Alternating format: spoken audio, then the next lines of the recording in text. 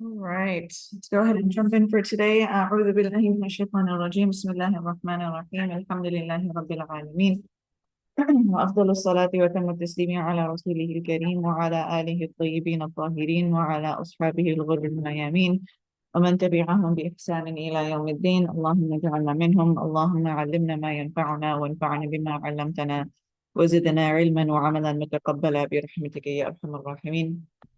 We begin by praising Allah subhanahu wa ta'ala. We thank him. We acknowledge that he is the only one worthy and deserving of all praise and thanks. We ask him to shower his most complete and abundant blessings and protection upon his noble Prophet Muhammad sallallahu alaihi wasallam, upon his noble family, upon his shining companions, and upon all of those that follow them until the end of time. We ask Allah to include us from among them. We ask Allah to teach us what will benefit us, to benefit us through what he has taught us, and to increase us in and accepted actions. Amen. Assalamu alaikum wa rahmatullah, everyone. How is everybody doing this morning? Yeah, how are we feeling? Pretty much almost exactly a month in. I think the first day of seminary was September 3rd, something like that. How are we feeling about that? Sheikh Aisha, if you're speaking, we can't hear you. Oh, does anybody else online have that issue? I could hear you. It might be Or is it just me or everybody else?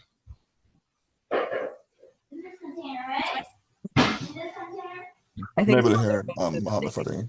So Muhammad, you might need to try or your volume.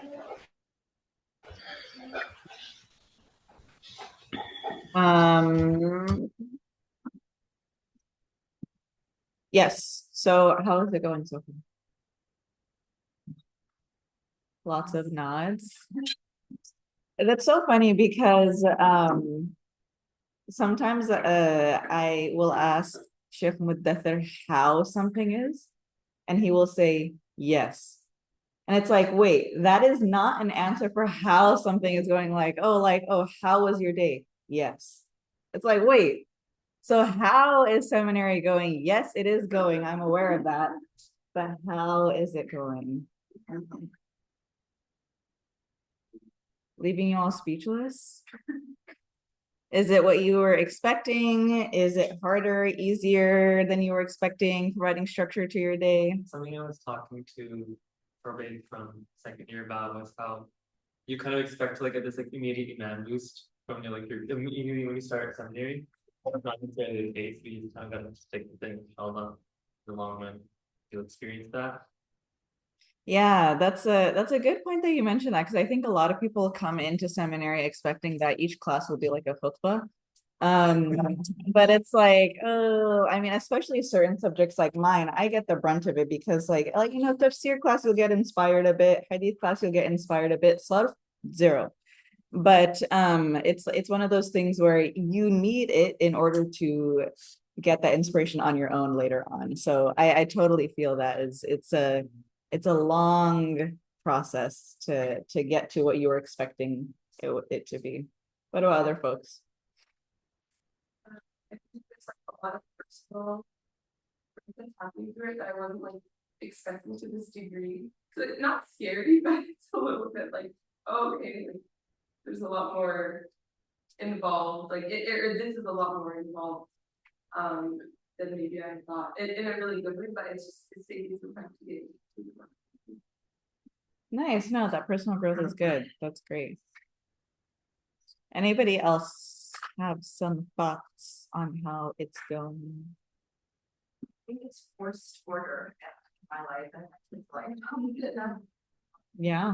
the time commitment, everything involved, like you just really have things to work out. Yeah, it kind of forces you, like you said, to make sure you have your schedule, your structure, all of that good stuff. How about folks that are doing it all online? How is it going for you all so far? Do you feel like you're able to benefit? How is it for our online folks? I'm not doing so well. I'm finding it pretty hard. I don't know. Sometimes I can't get my head around things. that conjugating stuff. It's just hard. I find a word outside what you give us, and no matter what I do, it's just wrong.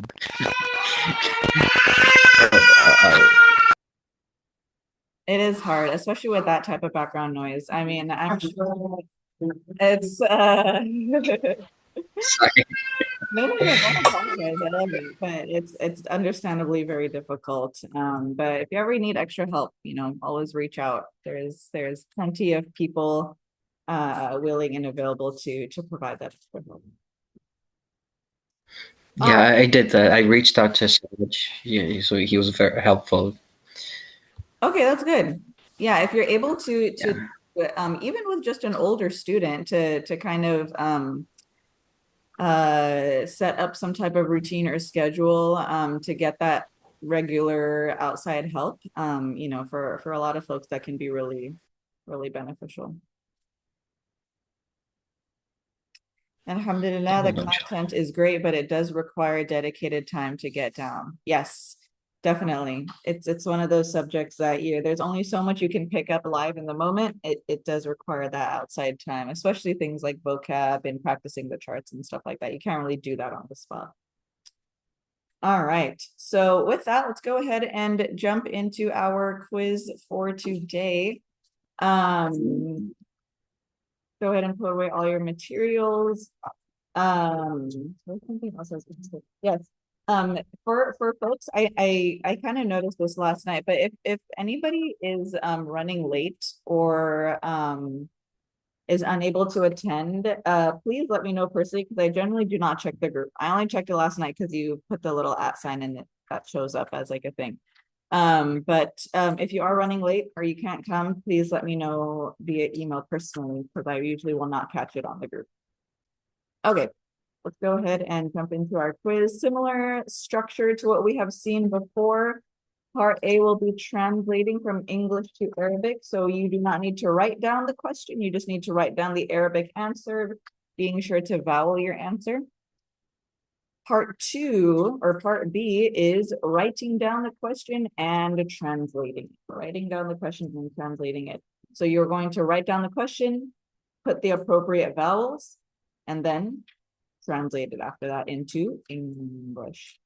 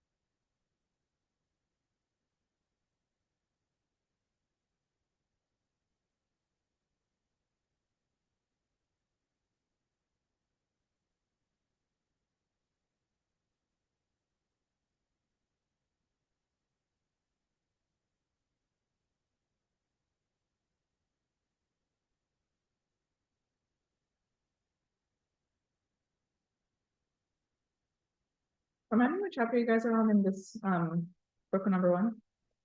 4 to 5?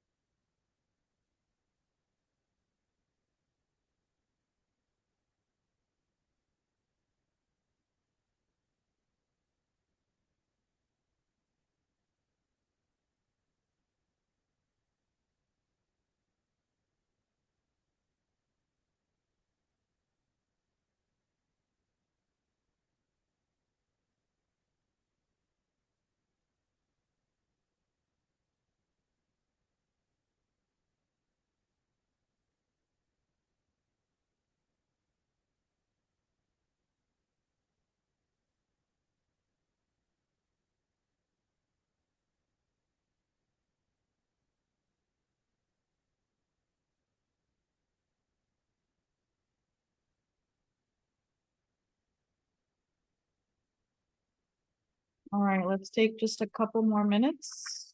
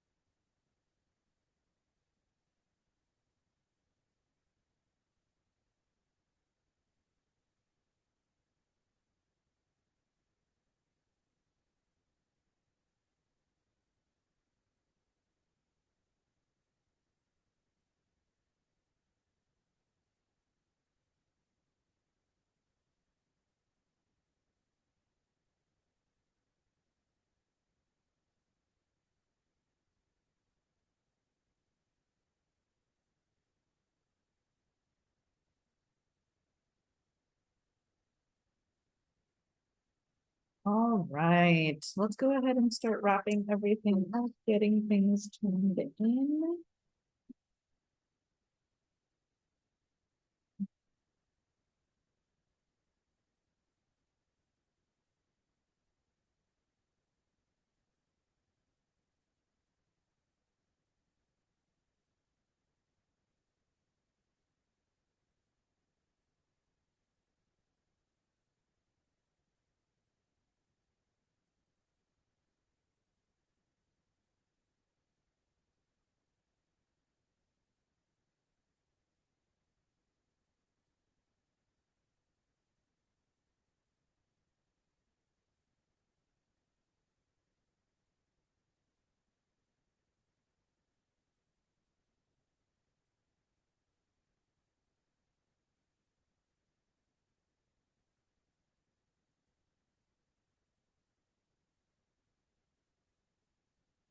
I'm just looking at number one. Only two people got it right. Number one. Can we get the two people? Okay, for our online folks, make sure this quiz gets in within the next minute or so. 7:58. Okay. Let's pause this recording and then we will go through some answers.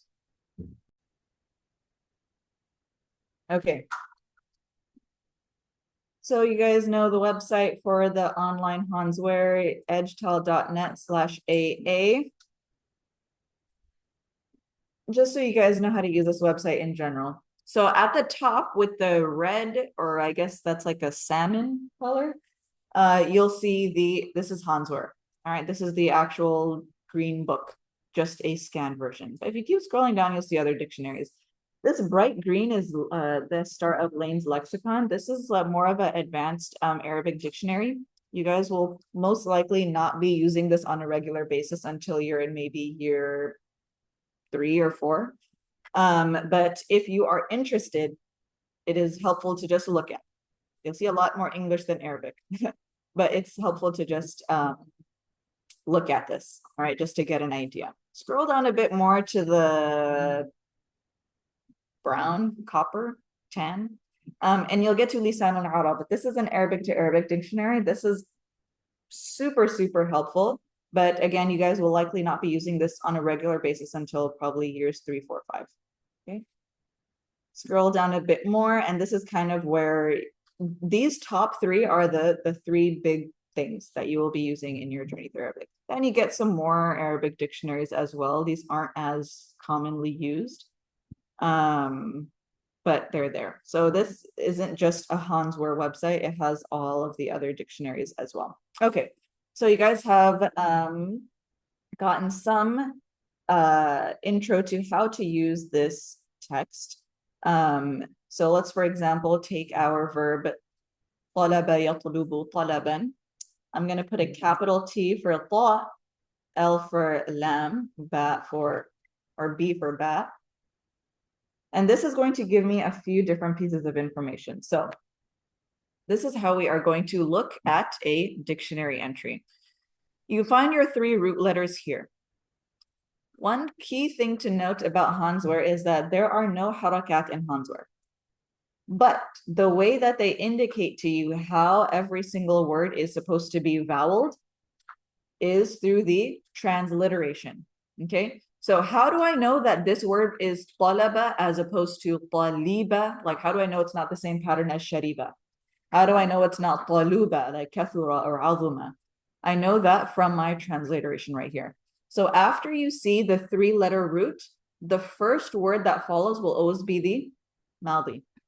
The first word that follows will always be the maldi, and it's telling you what the voweling is on the maldi. Here it's telling you it's going to have a fatha on the lam. All right. As opposed to, all right, if I were to go here and I look up sheen ra ba, this is telling me it's with a shariba.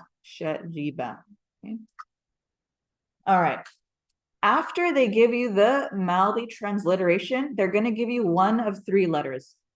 They're going to give you either an A, an I, or a U. It'll all be lowercase. Lowercase a, lowercase I, lowercase u. What this letter indicates to you is what haraka you put on the middle root letter in the mudari'. Okay, so what this is telling me is that when I go to the mudari', I know that it's going to be yatlubu. If it had a letter A, then it would be yatlabu. If I had a letter I, it would be yatlibu. But here they're giving me the letter U, so I know that my mudari' conjugation is going to be yatlubu. Yatlubu. That's what that little letter is saying. That would be the letter of the Ain one? Mm-hmm. Yes. The haraka that goes on the Ainul Kalima. After that, I am going to have a word or multiple words in parentheses. What that is the masdar.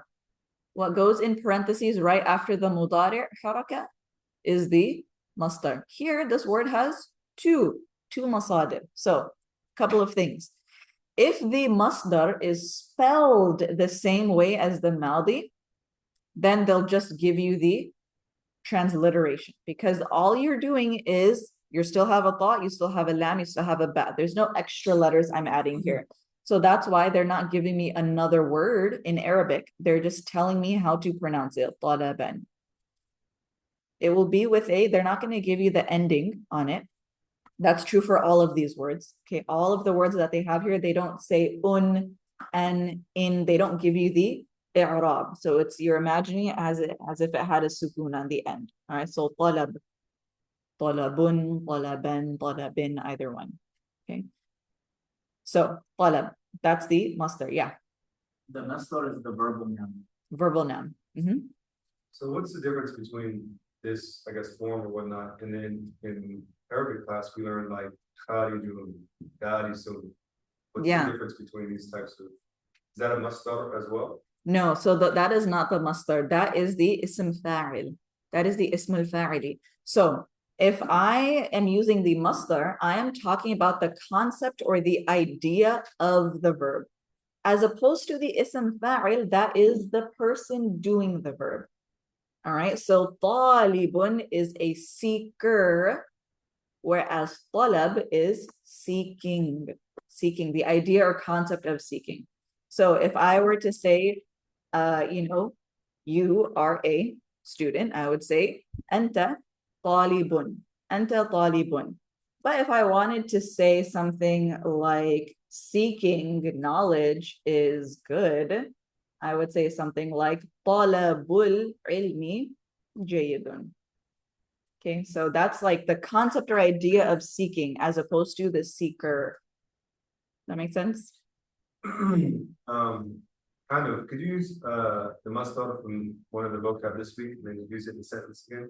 Yeah, so let's go back here and just see what we have.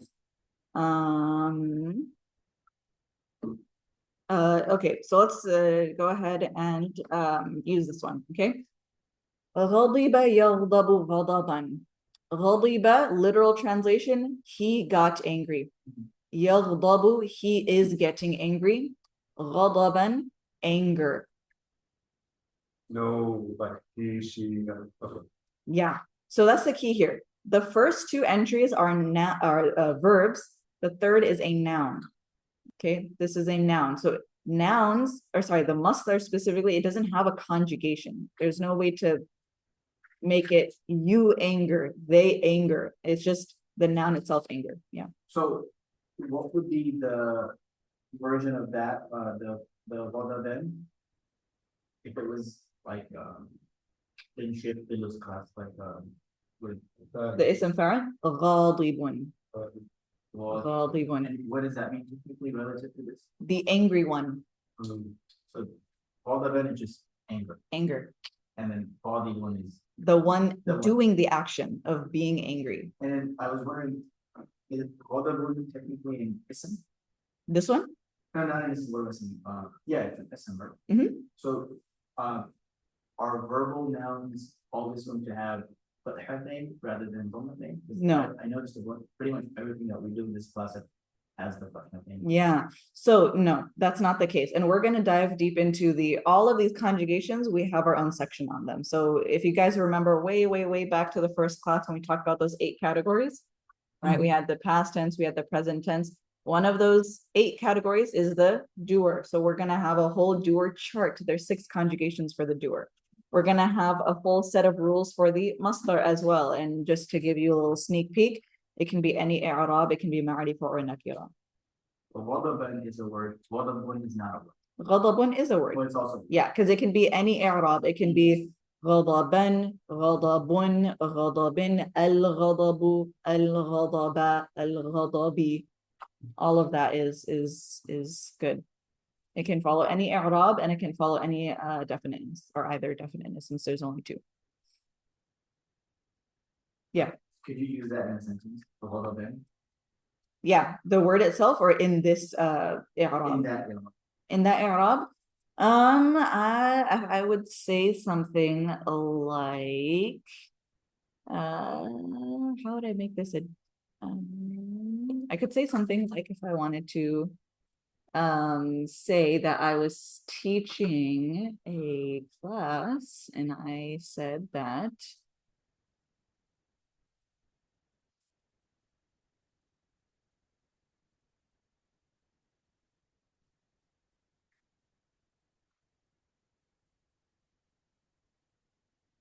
well, this is making it definite, but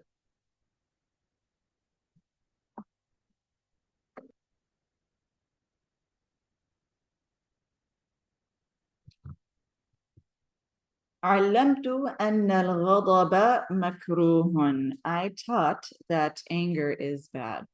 Have you guys learned okay, so the reason why the vocab list gives it to you as mansub and nakira is because there's this concept called the maf'ul mutlaq. Does that sound familiar at all? that's what It's a different type of maf'ul, right? So there's maf'ul bihi, lahu, fihi, mutlaq. There's all different types of maf'uls. So the reason why it gives you it in that way is because one of the ways I would use it is, this is not giving you the actual rule, but kind of just a sample sentence of how you would generally use this.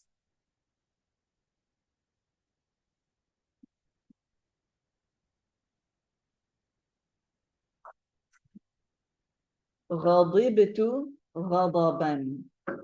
Literally, if I were to translate this literally in English, I got angry and anger. The way that this is used in the Arabic language is to emphasize.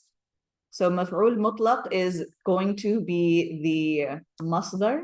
It's going to be a nakira and it's going to be mansub. And what it does, it basically emphasizes the action that was done. So ghadibtu ghadaban, I got angry in anger, meaning it was like the angriest anger I've ever gotten in my life. So that's kind of how it's used. And that's why the vocab list will generally give it to you in this way, because it's copying the maf'ul mutlaq.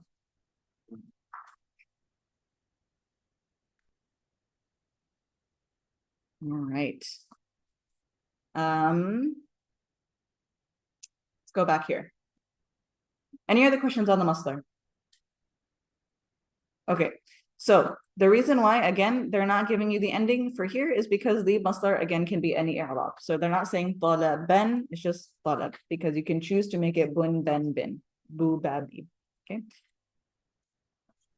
Yes.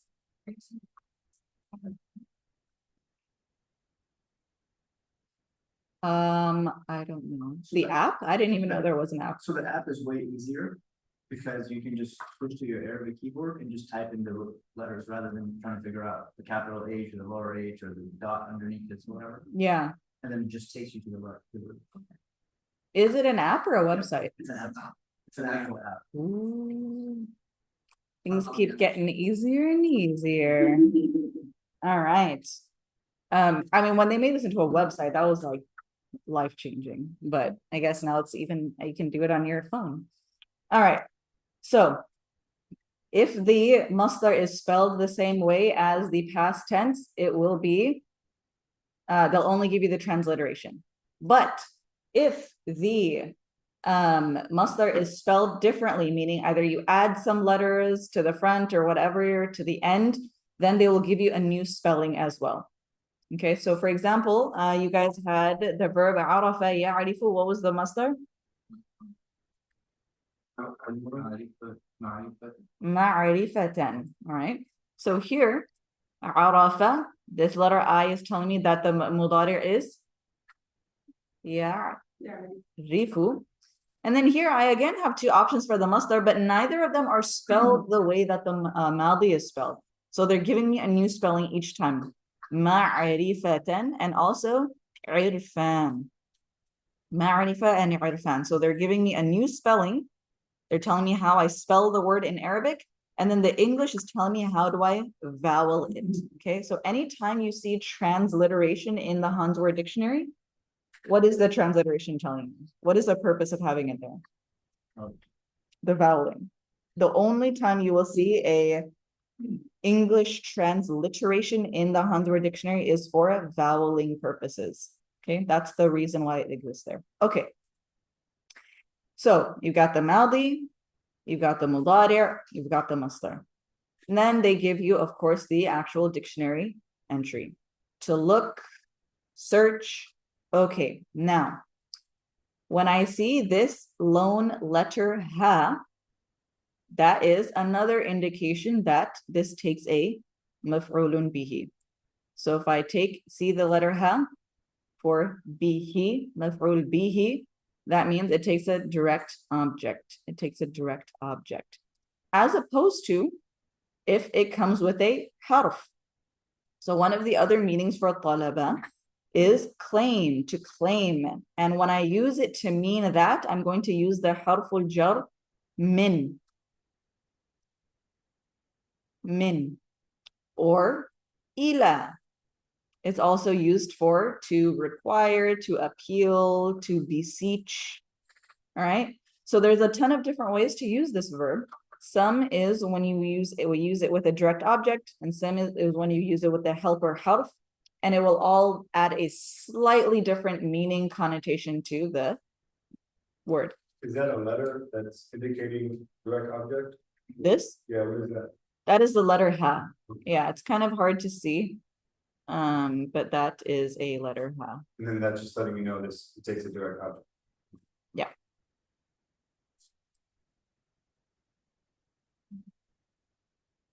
Sorry, can you rephrase that in a different way? It like, what you said about movie and. Yeah. So what it's telling you, if it has the letter ha there, is that this is a verb that is transitive. This is a verb that takes a maf'ulun bihi. You do not need a helper harf for it to make sense. So for example, you guys will come across in the vocab this upcoming week, the verb nadhara. Nadhara yanzuru, to look, okay? This word is intransitive. It needs a helper harf because I can't say I looked a book. You need to say I looked at a book, okay? So you need some harf there. It cannot go directly to the maf'ul bihi. You have to have a harful jar, something to help you out. So that's all of this is saying. This is saying that if you want it to mean to look or to search, then you don't need a helper harf. But if you want it to mean to appeal, then you do need the harf there. That makes sense? Yeah, that does. Yeah. So all verbs are either transitive, intransitive. Now, do some verbs, like let's say she ran, that doesn't need a preposition, does it? So, but it's still intransitive? Because you said that intransitive needs helpers, like ila and other prepositions. Yeah. But some verbs don't need a preposition. Some verbs don't. Yeah. So this is in the case where I want to have some extra information. Because remember when we talked about the bare bones of a jumla fi'liya is fi'l and fa'il. That's all I need. I don't need to say I looked at a book. I can just say I looked, and that would be a complete sentence. But if I want to have extra information, I need to have the harf. Yeah. So, next, this one, it has a little, Mm-hmm. Mm-hmm. so, what are the different ones that will be there and what will be? Yeah, so there's only three options. Next to your Maldi transliteration, next to your Maldi transliteration, you'll only see three options. You'll see a U, and what that's telling you is that my mudari is going to be yaf'ulu, or I'm going to see an A, and that's going to tell me it's yaf'alu, or I'm going to see an I. That's going to be yaf'ilu. So I'm only going to ever see one of these three letters. Those are my only three options, A, I, or U, and it'll tell me what haraka I put on my middle of the letter. We good? Keep going? Okay. Now, if we keep scrolling in this list, we're going to come across, perhaps depending on the verb, some Roman numerals. Okay, so I come across, I read this, I keep reading, okay, and then I all of a sudden come across this Roman numeral 3. Okay, what that is telling me is that this is the verb form. So if I were to put talaba on verb form 3, then I have a different set of meanings. All right, here let's use a different verb that's a bit more clear.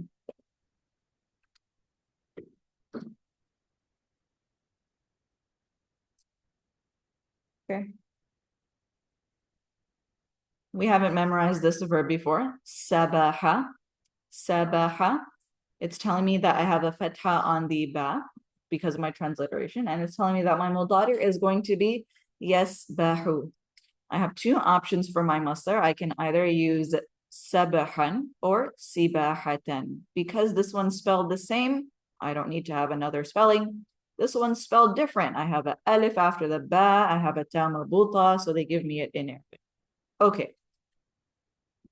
The first entry that you see that does not have any Roman numeral associated with it is the dictionary entry for verb form number 1. That's all we've covered so far. Okay, that's all we've learned so far. We haven't learned the different verb forms yet. So they're not telling you this is verb form 1 with a Roman numeral indicator, but if there's no Roman numeral indicator preceding it and it's just following directly after the masdar, then you're going to assume that it is verb form 1. To swim, to float, to spread. Okay. Now, if I put it on verb form number 2, we have not learned that yet, but if I were to put it on a different verb form, it has a completely different meaning: to praise or to glorify Allah by saying subhanallah, to praise, to extol. Okay, So it's giving me a different meaning based off of what verb form I am using. So this is what this first major paragraph is giving you. They're giving you a number of pieces of information. They're giving you the transliterations for the Maldi Mudari' Masdar. They're giving you the translation for the verb form 1 and any other verb forms that are associated with it. Note, however, that not every single verb has a verb form 1. There are certain root letter combinations that only exist on somewhere between 2 through 10. So if I were to look, for example, at, this one does have it, but if I were to look at, for example, this, you can see that the verb form 1 translation is very short, okay? Sometimes it won't even be there at all. It'll just jump straight to the other verb form. No, 3, 4, the majority of this is 4 because that's how it's mostly used. Okay, 5, so it's 6, 10. Not all verb entries will have all 10. Not all of them will even have the verb form 1. Some of them will jump straight to 5 or jump straight to 7. Some of them will only have one verb form. Some of them will have multiple verb forms. So it all just depends on that root letter combo. But all of that information is what's given to you in the first major paragraph. So this is kind of like the chapter, all right? And then everything, like the key pieces of information, are all just one same paragraph. It can extend multiple pages, but that's the key there. And then I get to individual words that have these root letters. So this isn't necessarily following any pattern per se. You know, it's not that the second word will always be the ism fa'il or the third word will always be the whatever. They're just giving you individual dictionary entries. So if I were to have the word talaba and I have a conjugation of that word or a iteration of that root letter combo that doesn't follow something I can directly derive. Meaning, if I have something like, if I come across a word and it says tatlubani, I am able to figure out what that means just from this first paragraph, even though the first paragraph doesn't say anywhere tatlubani, because I have the tools to do so.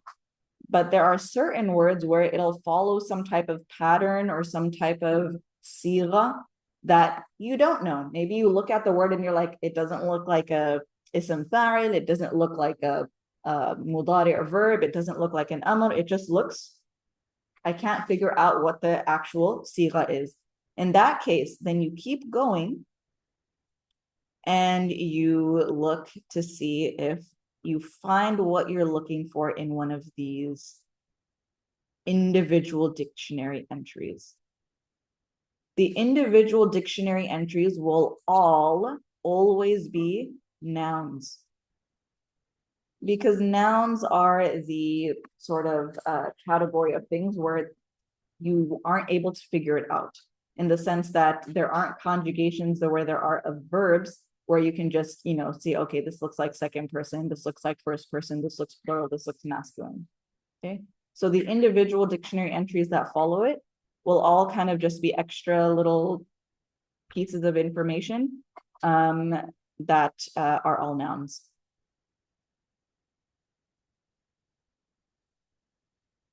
Okay. Same thing here. There's a verb we haven't covered yet. It's telling me this verb is talaha, yatluhu, talahan, to be or become bad, evil, wicked. All right.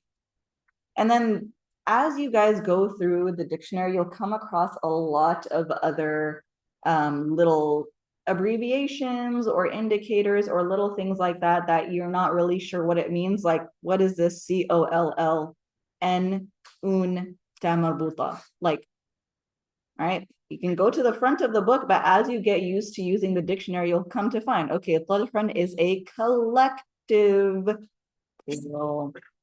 And to make it singular, you add a ta marbuta. So talhun is just banana trees. But if I want to make it one banana tree, I would add a ta marbuta and say talha. Now, if you guys know anybody named Talha, you know what their name means, banana tree. Serious? I'm completely serious. I'm not joking. It's a type of, it's talked about in the Quran as a tree in Jannah. But that is what Talha means. Yes, now you guys can show off your Arabic skills to your friends named Talha.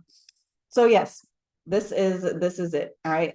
This is kind of the bare minimum of what you need to know to get your way around the dictionary. But as you come across more of these little indicators or sorry, little abbreviations and stuff like that, you'll have questions.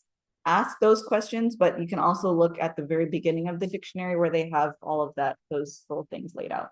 Yeah.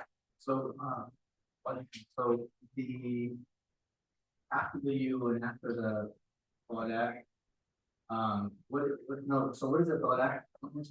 What's in parentheses is the masdar. Everything that's in the parentheses is masdar. Here we only have one masdar.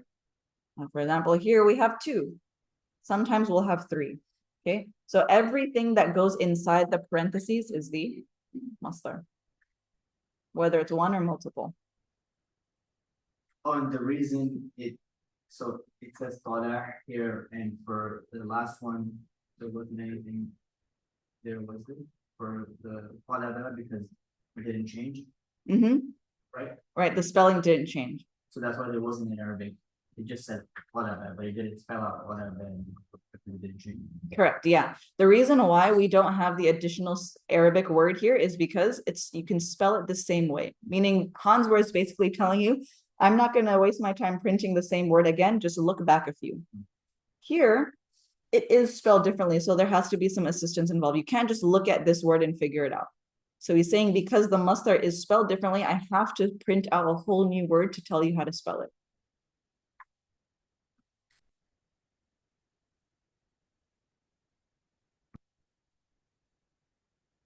Are y'all feeling okay? Make sense? Yeah. Is this dictionary version good for also looking at words in the Quran? Mhm. So I've also seen like some people have a Quranic dictionary. Are these more preferable, or is this just as good? I mean, most of the good Quranic dictionaries will be in Arabic. So Hansware is kind of like the ubiquitous beginner Arabic dictionary. I mean, and even as you get more advanced, people will still use it, just because it is the most comprehensive, because it does include Quranic words. It's not just a like conversational Arabic translation. So everything here is like the Fusha version. And if there is a word that is that means one thing in Fusha and it means something else in like just regular conversational speech, then it'll have that indicator. It'll say MOD for modern. Okay, so the default is that everything here is in Fusha. So yeah, you know, it's kind of just the most popular, famous one. At this stage in your Arabic, you definitely don't need to be expanding into looking at different options. Because this really is what people have been using for many years, Muslims and non-Muslims. Hansware is a non-Muslim, so kind of just Hansware has a very interesting history actually. Hansware is an active guy as well. Yeah. Yes. Yes. Should we be skeptical? Yeah, some folks are. I mean, just because of the purpose of creating this Arabic to English dictionary. But the you guys will cover at some point that the hadith of the Prophet sallallahu alaihi wasallam, that Allah will give victory to this deen, even with a sinful, disobedient person. And so it's funny, pretty much many of the times when this hadith is talked about, people are like, yeah, just look at Hansware. like this dictionary has helped produced multiple dozens and hundreds, perhaps even thousands of ulama, and yet he was non-Muslim. With that, any other questions? Any other questions? All right, so there's a lot more to unpack with this dictionary, but this is sufficient for this time. Y'all feeling okay about it? Okay, let's go ahead and take a short break. It's 8:58. Let's come back around 9:05.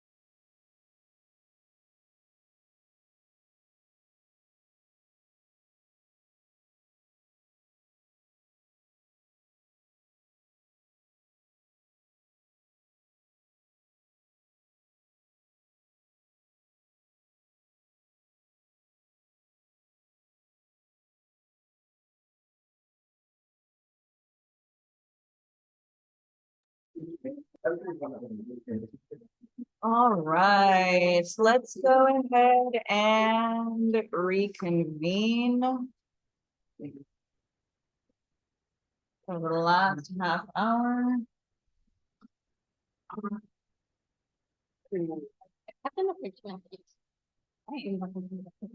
Yeah.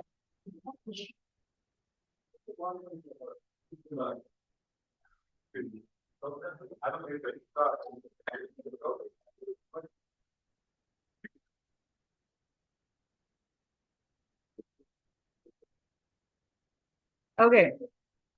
Let's jump back in. Bismillah, walhamdulillah, wassalatu wassalamu ala rasulillah. Before we jump into doing a bit more practice and review of stuff that we've covered, just wanted to flag for our vocab list for this week.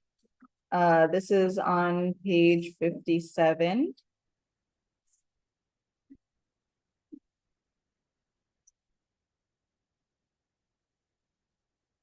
I don't know if this typo has been addressed yet, but what do you guys have for your masdar for the very first to look?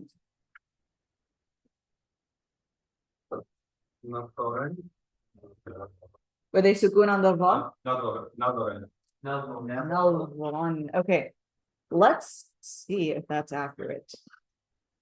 I'm gonna look this word up in the dictionary to let me know. How do I pronounce my masdar?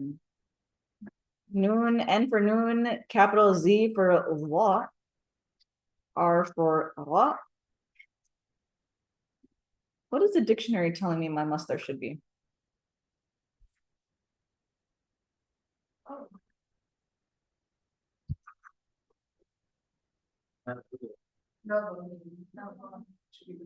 It should be nalvaran. So this is a typo here. I need to add a fatha to my word.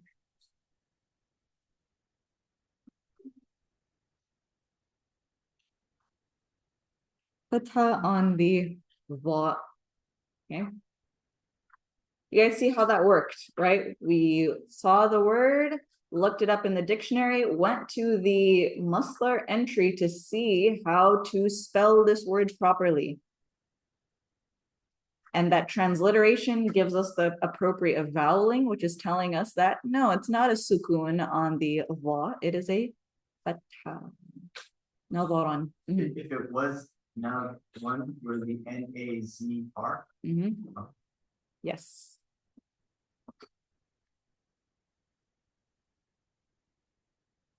A, E, I, and U, A, I, and U are always going to indicate voweling. So the A is going to indicate a fatha, the U is going to indicate dhamma. Try for an example here.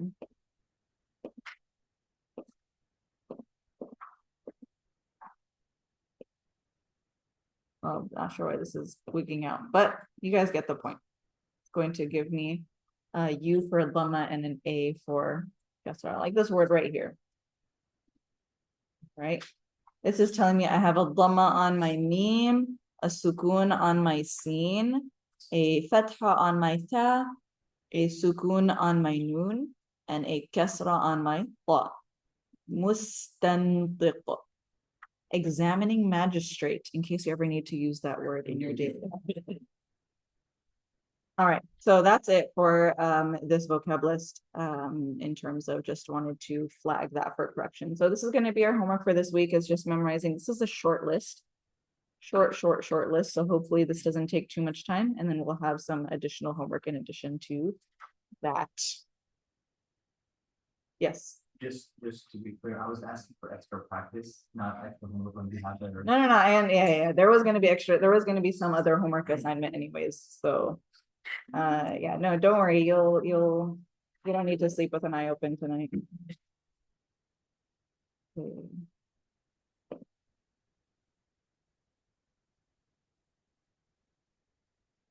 Okay. So let's do some review of our charts. We haven't done rounds in quite some time. So let's go ahead and make sure that this information is as smooth and comfortable as our alphabet in English, okay? Salma, why don't you go ahead and start us off? One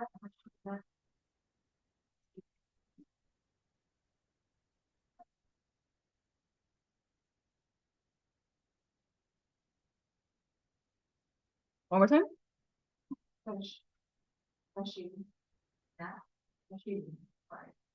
Say it one more time.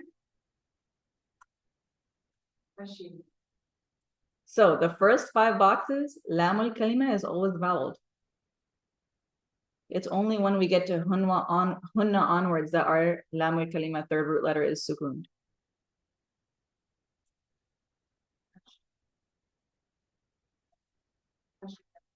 Fashilat, fashilat.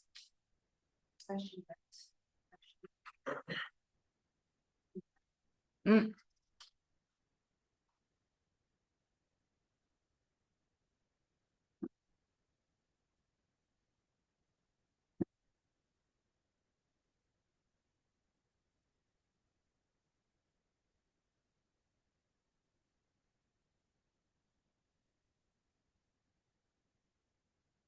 Uh-huh. Mm. Mm.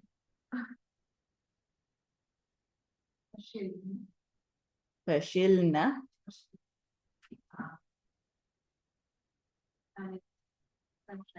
Mm. This kasra is going to stay for the whole chart.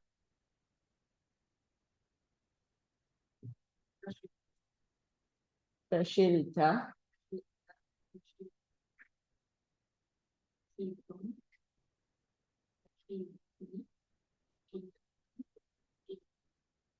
Tunna. Mm.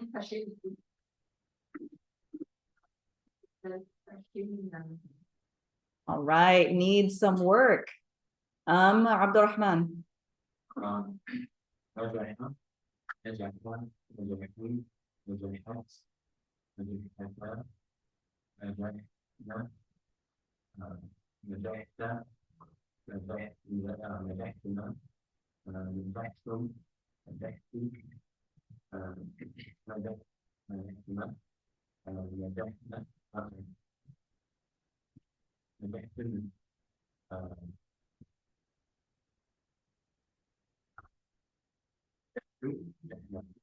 Okay, needs some work.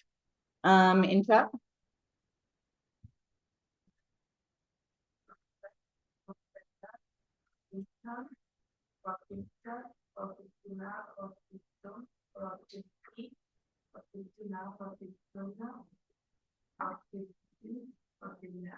All right.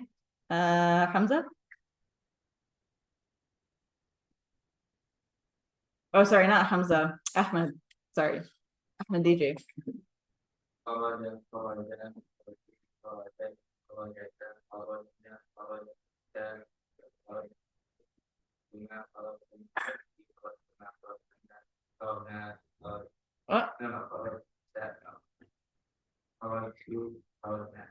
Okay. Let's do Malik. Mm. Huh? I'm already wrong. Wait, I can't look at that. Sorry. Get too long. Get too long. Yeah. Get too long. Get too long. We go next. Can I do what?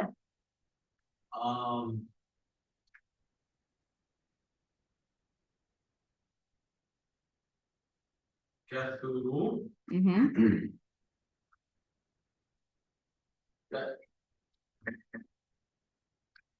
Get too long. Again. No. Get too lot. Mm-hmm. Get too lotta. Get too lotuna. Get too lotun.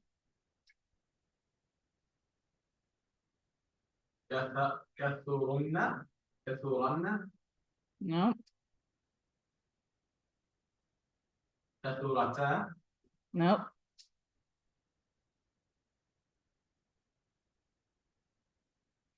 Kathurunna. No. Is that What is it? Kathurna. Kathurna. Okay. So this is our 1, 2, 3, 4, 5th word. Honest question, Malik, were you paying attention to any of the other students who were saying their verb charts? Okay, and so this conjugation still didn't sound familiar for what comes next. No shadda. And no dhamma on the ra. كثرنا. Sukun on the ra, fatha on the nun. كثرنا. Oh, okay. كثرنا. كثرات. كثرتا.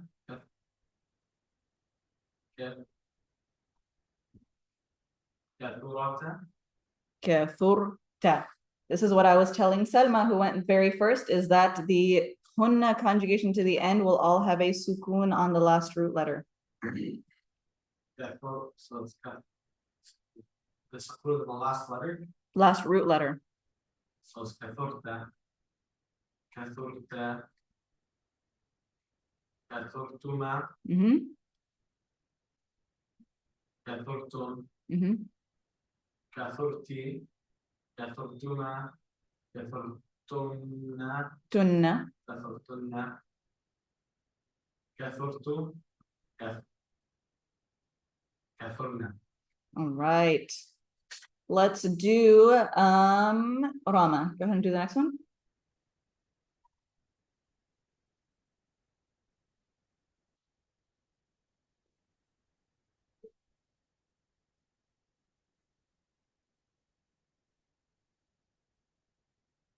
Good. Let's do Grant. Go ahead and do the next one. Asuna, asuna, asunu, asuna, asunata, asun, asuna, Yeah, you're just gonna combine those two noons into a shadda.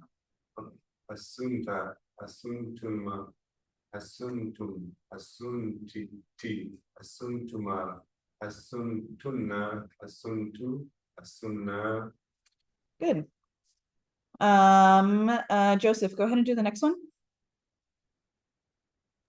He got the easy one. Women. Sorry. Sorry for the background. Taroka. Taroka. Taroka. Taroku. Here. Tarok. Tarokt. Tarokata. Wait, try the here one more time. Which one? Yeah. Tarokat. Tarakat. Tarokat. Tarokata. Taroko. Tarokot. Tarokna. Tarokta. Taroktuma. Taroktum. Tarokti. Taroktuma. Taroktunna. Taroktu. Tarokna. All right. Muhammad, you can do this one. This one's same level of easiness, hopefully. Yeah, I'll do this now. I have a question. فتح فتح فتحا فتحوا فتحت فتحتا فتحنا فتحت فتحتما فتحتم فتحتي فتحتما فتحتن فتحت فتحنا. Good. The ones that the middle, sorry for the background noise. I apologize. So my issue is when the middle letter, when it has a different i'rab, I can do it, but I don't think that it sounds right because fa'ala is like fa'a, it's always fatha. Yeah. When it's like kathura, then how does that work? Yeah. So first, just one thing. I know you probably said one thing and meant something else. The middle root letter does not, sorry, the haraka that goes on the middle root letter doesn't indicate anything about the i'rab. So it's not that this one is marfu', this one is mansub, this one is majroor. So it doesn't indicate anything about i'rab. It has no relationship to i'rab. In fact, you guys will cover this in a little bit, probably the week or two after the midterm, which is that madi verbs are mabni, have i'rab associated with it at all, as opposed to mudari. But the haraka that goes on the middle root letter has i'rab. What it simply has to do, what you can kind of think of it as, is this is how the word is spelled. It's just a matter of spelling. There's no rhyme or reason to it. There's no pattern to it. It's just that some words take a kasra in the middle, some words take a dhamma, some words take a fatha. So it really just comes down to trying to practice those words as often as possible. That's why when a couple of weeks ago we did the voice recordings, right? There was a voice recording with a fatha in the middle, a voice recording for a dhamma in the middle, a voice recording for a kasra in the middle. So the more you're able to do those different versions, practice them, go through them, remembering that whatever you put in the middle, it lasts all the way to the end of the chart, then that's kind of just, it just takes a bit more. If it sounds off to you, it just kind of takes some practice to make it sound right, kind of. Okay, because I always thought that I'm fitting this in here, twisting it. It doesn't make sense because the harak on the middle letter on fa'ala is always a fatha, but then it changes to kasra in dhamma. So I'm not forcing it in. So if you remember the way that when we in class, when we wrote out the past tense chart, right? I think I was using a pink highlighter. I highlighted the haraka on the middle root letter in every single conjugation, right? I highlighted the middle root letter for fa'ala. I highlighted the fatha on the ain, and then the fatha on the ain again, all the way through the entire chart to indicate that whatever is in highlight, in pink highlight, changes depending on the verb. Okay. So fa'ala, yes, that's our base. But the haraka that goes on the middle root letter, it can be fa'ula, it can be fa'ila. It really just depends on the verb. And it can change depending on the verb, depending on, whatever the vocab list tells you. Okay, I get it now. Jazakallah khair. All right. Nurjan, take us through our next one. دفع دفعا دفعوا دفعت دفعتا دفعنا دفعت دفعتما دفعتم دفعتي دفعتما دفعتن دفعت دفعنا. Good. Let's do Muhammad Mardini. Take us to our next one. Sorry, I can't see. Sakana. Sakana, sakana, sakana, sakana, sakana, sakana, sakana, sakana, Sakana. sakana, sakanta, sakantuma, sakantum, sakanti, sakantuma, sakantumna, sakantu, sakana. Yeah. All right. Siraj, go ahead and take us through this one. عدم عدما عدموا عدمت عدمتا عدمنا عدمت عدمتما عدمتم عدمتي عدمتما عدمتن عدمت عدمنا عدم. Good. Amira, take us through the next one. بحث بحث بحثوا بحثت بحثتا بحثنا بحثنا بحثتما بحثتم بحثتي بحثتما بحثتن بحثتوا بحثنا. All right. Tayyib, take us through our next one. نظر نظر نظروا نظر نظرت نظرتا نظر نظرنا نظرت نظرتما نظر نظرتم نظرتي نظرتما نظرتن نظرت نظرنا. All right.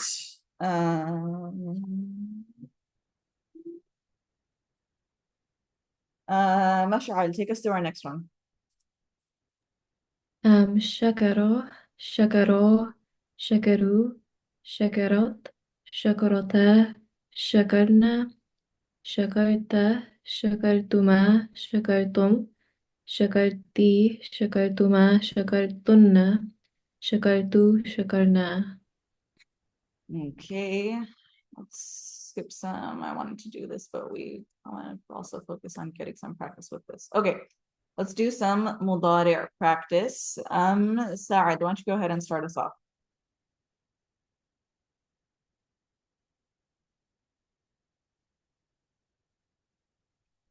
Sa'ad going once and twice. Can you hear me? Yes. يذهب يذهبان يذهبون تذهب تذهبان يذهبن تذهب تذهبان تذهبون تذهبين تذهبون تذهبن What's our feminine dual? Feminine second person dual? تذهبان and تذهبن أذهب نذهب. All right. Isa, take us to our next one. ينصران ينصرون تنصر تنصران ينصرن تنصر تنصران تنصرون تنصرين تنصران تنصرن تنصر تنصر. Good. Selma, let's do our next one.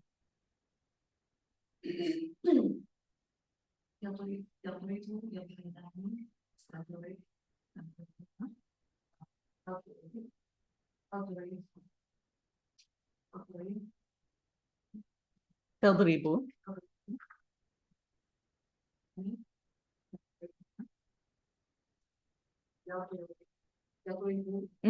وذيتا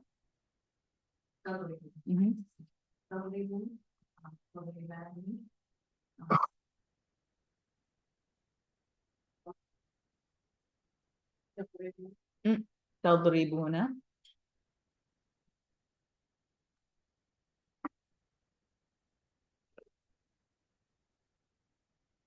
You're on the third line, second person masculine. Or that's what you just finished. تضربوا تضربان تضربون. Now moving on to the fourth line.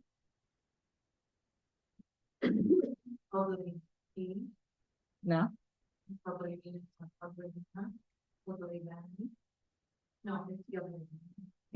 تضربان.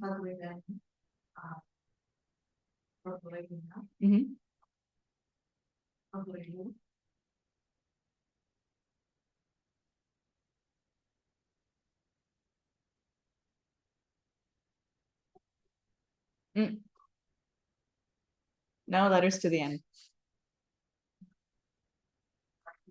No adding letters to the end. It sounds like you're adding a noon to the end. نضرب. All right. Let's do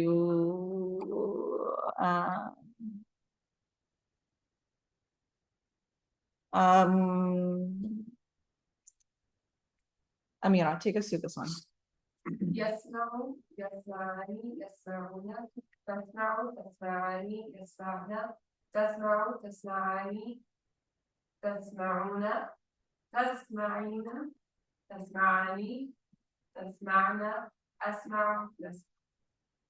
Good. Muhammad Fardeen, take us through this one. يرجع يرجعان يرجعون ترجع ترجعان يرجعن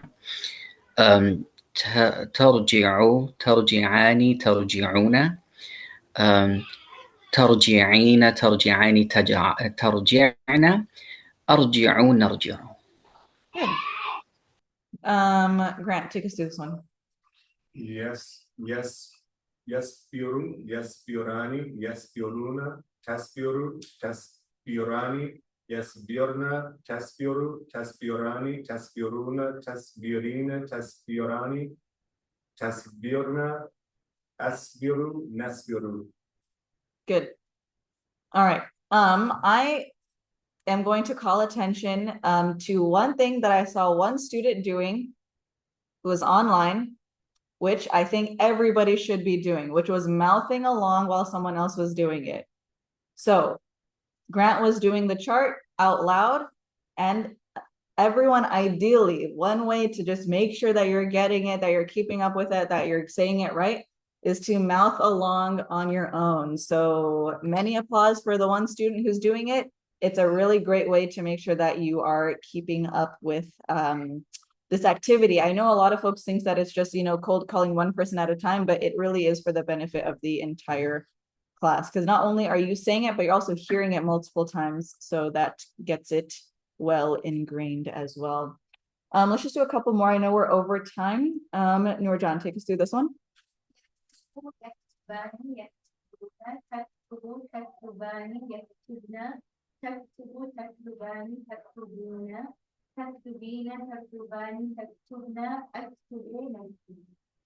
Good. Okay, so with that, it sounds like for most folks, our Maldi and Mudari chart, Maldi needs quite a bit more work, which I understand. I know it was a while ago. So make sure that chart is fresh, just as fresh as it was when you were doing the recordings, okay? We want to make sure that it is strong, that it stays strong all the way up until the end of the year, all the way up until 5, 10, 15 years from now. We want to make sure that those charts are strong, okay? So practice your Maldi charts, practice your Mudari charts as well.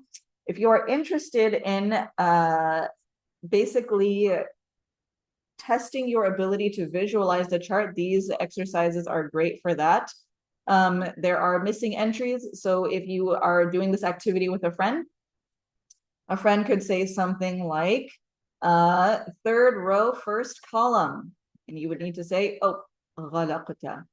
They could say something like second row, third column. And you would need to say غلقنا.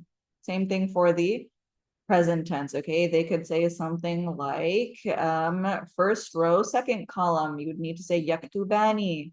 They could say fifth row, second column, and you would say what? And they would say, haha, that was a trick question. So it's a great way to kind of just really build up the visual capacity in your brain to identify these various conjugations, okay? All right, so I will post these slides. I will post whatever our additional homework assignment is, but for now, you guys know the vocab that is assigned, and we will pick up here next week. And next week is our last class before the midterm. Okay, so we'll talk about what to expect on the midterm and what will be covered on it and all of that good stuff. Okay. All right. Also, just to confirm, so you guys only have had 2 vocab lists so far? Chapter 1 and chapter 4/5? 3 has a vocab list? And there was like what the Arabs said were feminine, dual. Oh, 3 does have a vocab list. Okay. I missed that. There's other vocabs in there too. Just like throughout the chapter, Yeah. sprinkled throughout the chapter. But like Okay. some pretty big in size. Like, Yeah. Like the things that are just feminine because, just Yeah. because. Okay. Just so I know, because it's helps in formulating the midterm to know where you guys are at in this book. Okay. All right. Subhanallah wa bihamdihi, subhanallah al-azim, subhanaka Allahumma wa bihamdik, nashhadu an la ilaha illa anta, nastaghfiruka wa natubu ilayk. Wa sallallahu ala khayri khalqika Muhammad walhamdulillahi rabbil alamin. Assalamu alaikum wa rahmatullahi wa barakatuh. وعليكم السلام ورحمة الله تعالى وبركاته.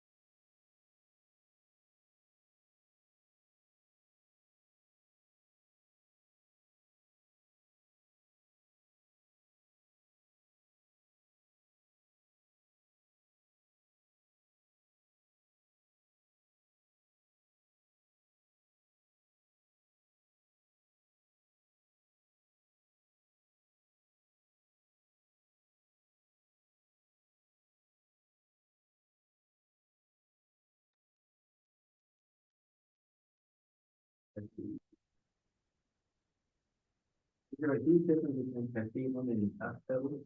Yeah, كثير is many and أكثر is more than. More.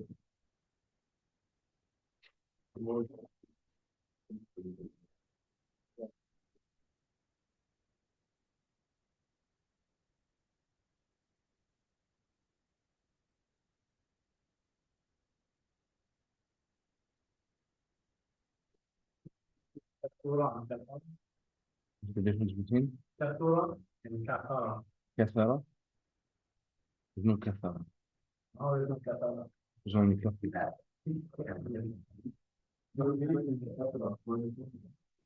No, just a verb. That's a verb.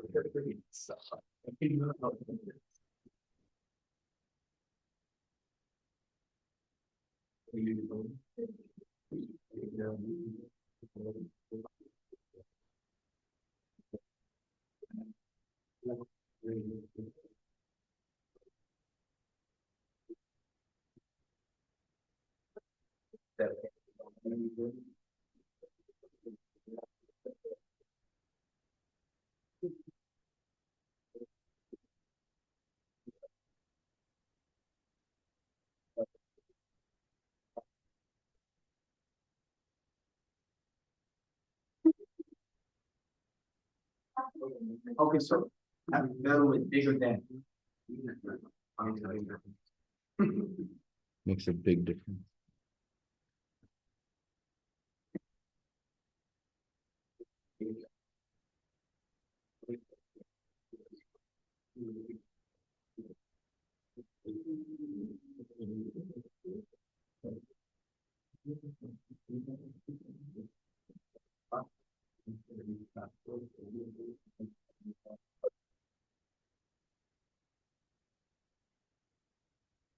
بسم الله والحمد لله والصلاة والسلام على رسول الله وعلى آله وصحبه ومن استنى بسنته إلى يوم الدين. Open up your books to chapter 5.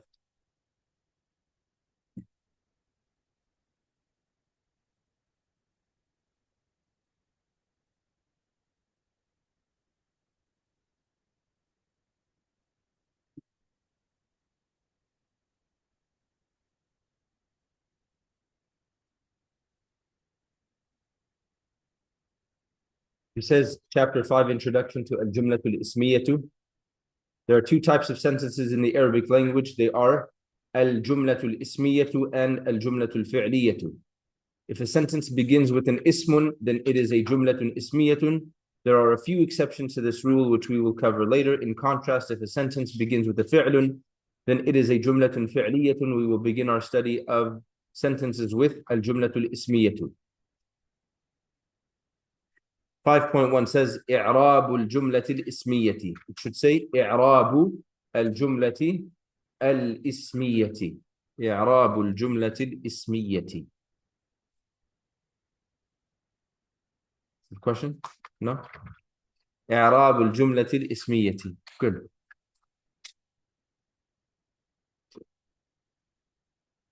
He calls it, he says grammatical labeling. You could say grammatical labeling of nominal sentences. That's what it is. I'rab, he translates I'rab as grammatical labeling, which it is what it, that's kind of what it is, right? Grammatically labeling of nominal sentences, to be more specific, okay? Do you guys remember yesterday we covered a new topic or subject? What was it called? Yeah, Abdurrahman? Noor? Finish the word. الصفة والموصوف. الصفة والموصوف. الصفة is the description or adjective, correct? الصفة والموصوف. And الموصوف is the thing that is being described. Amira, we said that the صفة has to agree with the موصوف in four things. What are one of those four things in Arabic? Al-jinsu, which is what? The gender. So it has to be either مذكر or مؤنث. Both words have to be in agreement. مذكر or مؤنث. Selma, another one was القسم, which is what? معرفة or نكرة. Either they're both common or either they're both proper. What else? Insha? العدد, which is number. So either they have to be mufradun, muthanna, or jam'un. And the last one, طيب, is al-i'rabu. Al-i'rabu, right? Which is what? Raf'un, nasbun, jar. Good. Now we go to some phrases that we've been saying for the past month and we understand them. Al-jumlatu al-ismiyatu. Al-jumlatu al-ismiyatu. Yes? Right? Are they both mudhakkarun or mu'annathun? Yes, right? They're both what? Mu'annathun. Al-jumlatu al-ismiyatu. They're both mu'annathun. Correct? Al-adadu. They're both singular. Yes? Ma'rifatun or nakiratun. Al-qism. They're both ma'rifatun. Al-i'rabu. They're both raf'un. Al-jumlatu al-ismiyatu. Do you now understand why I was very specific about why I did not want you to say jumlatul ismiyah or jumlatul ismiyati or jumlatul ismiyatu, because that is grammatically incorrect. So you say al-jumlatu al-ismiyatu. You guys understand that? Yes.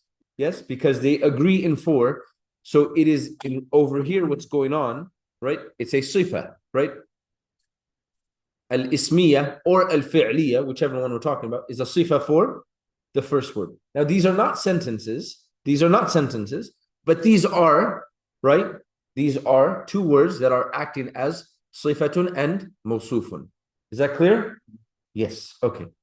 So in that al-jumla to al-ismiyatu, the sifa is jumla and the thing being described, mawsuf is the... No, the sifa is the description. The sifa always comes second. The sifa always comes second, right? Even when you say it in English, al-jumlatul ismiyatu translates as what? Nominal sentence. You have described the sentence as being nominal. Does that make sense? Al-jumlatul fi'liyatu, you're describing the sentence as being verbal, right? And we said in Arabic, the sifatun in English, a lot of times it comes, or almost all the times it comes first. In Arabic, the sifa comes second. You guys understand that?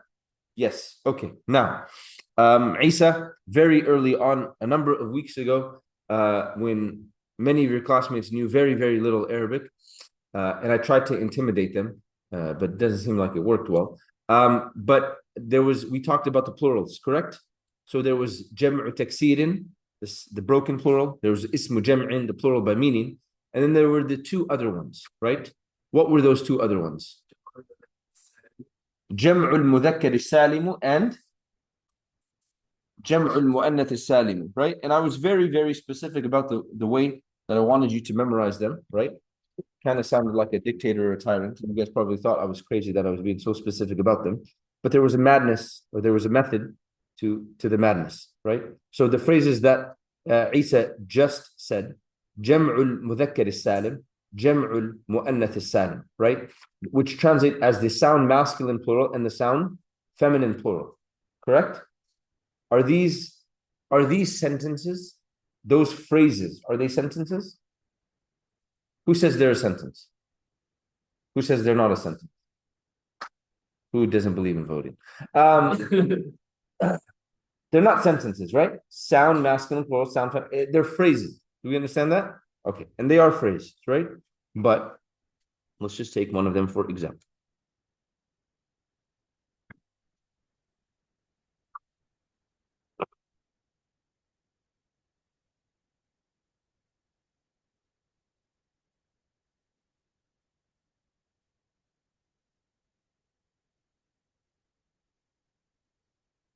Jam'ul mudhakkar al-salim. Jam'ul mudhakkar al-salim, right?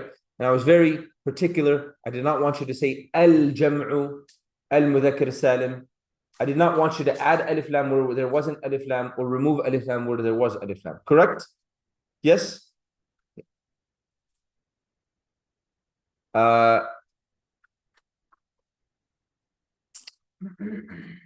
Grant, we notice the first word doesn't have alif lam, it's in the state of rafa.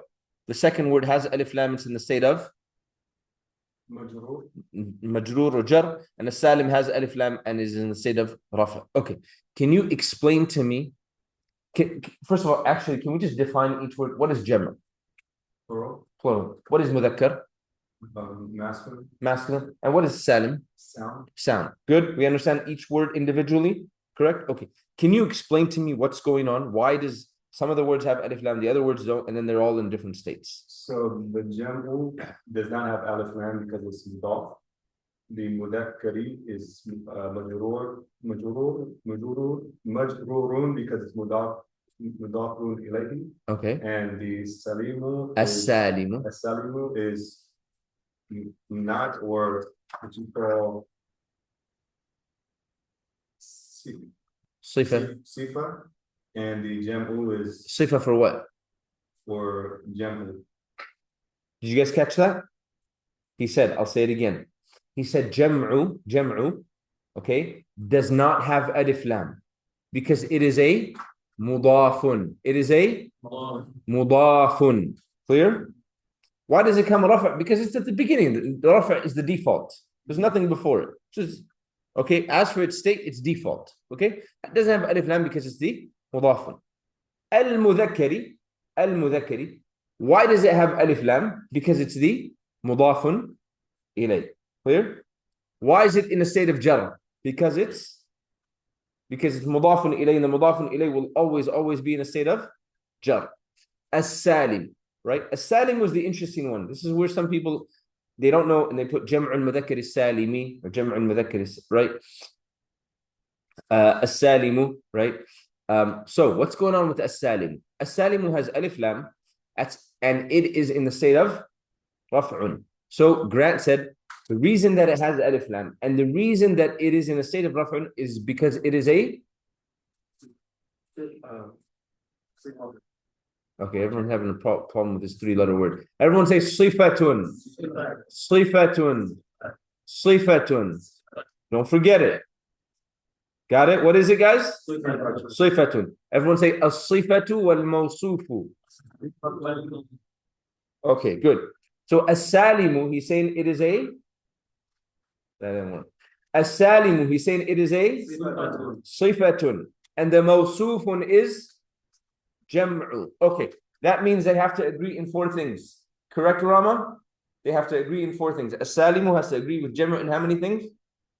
Four things. Okay. Isa, do they agree in number? Huh? They agree in number? They're both mufradun, mudhakkarun, or jam'un.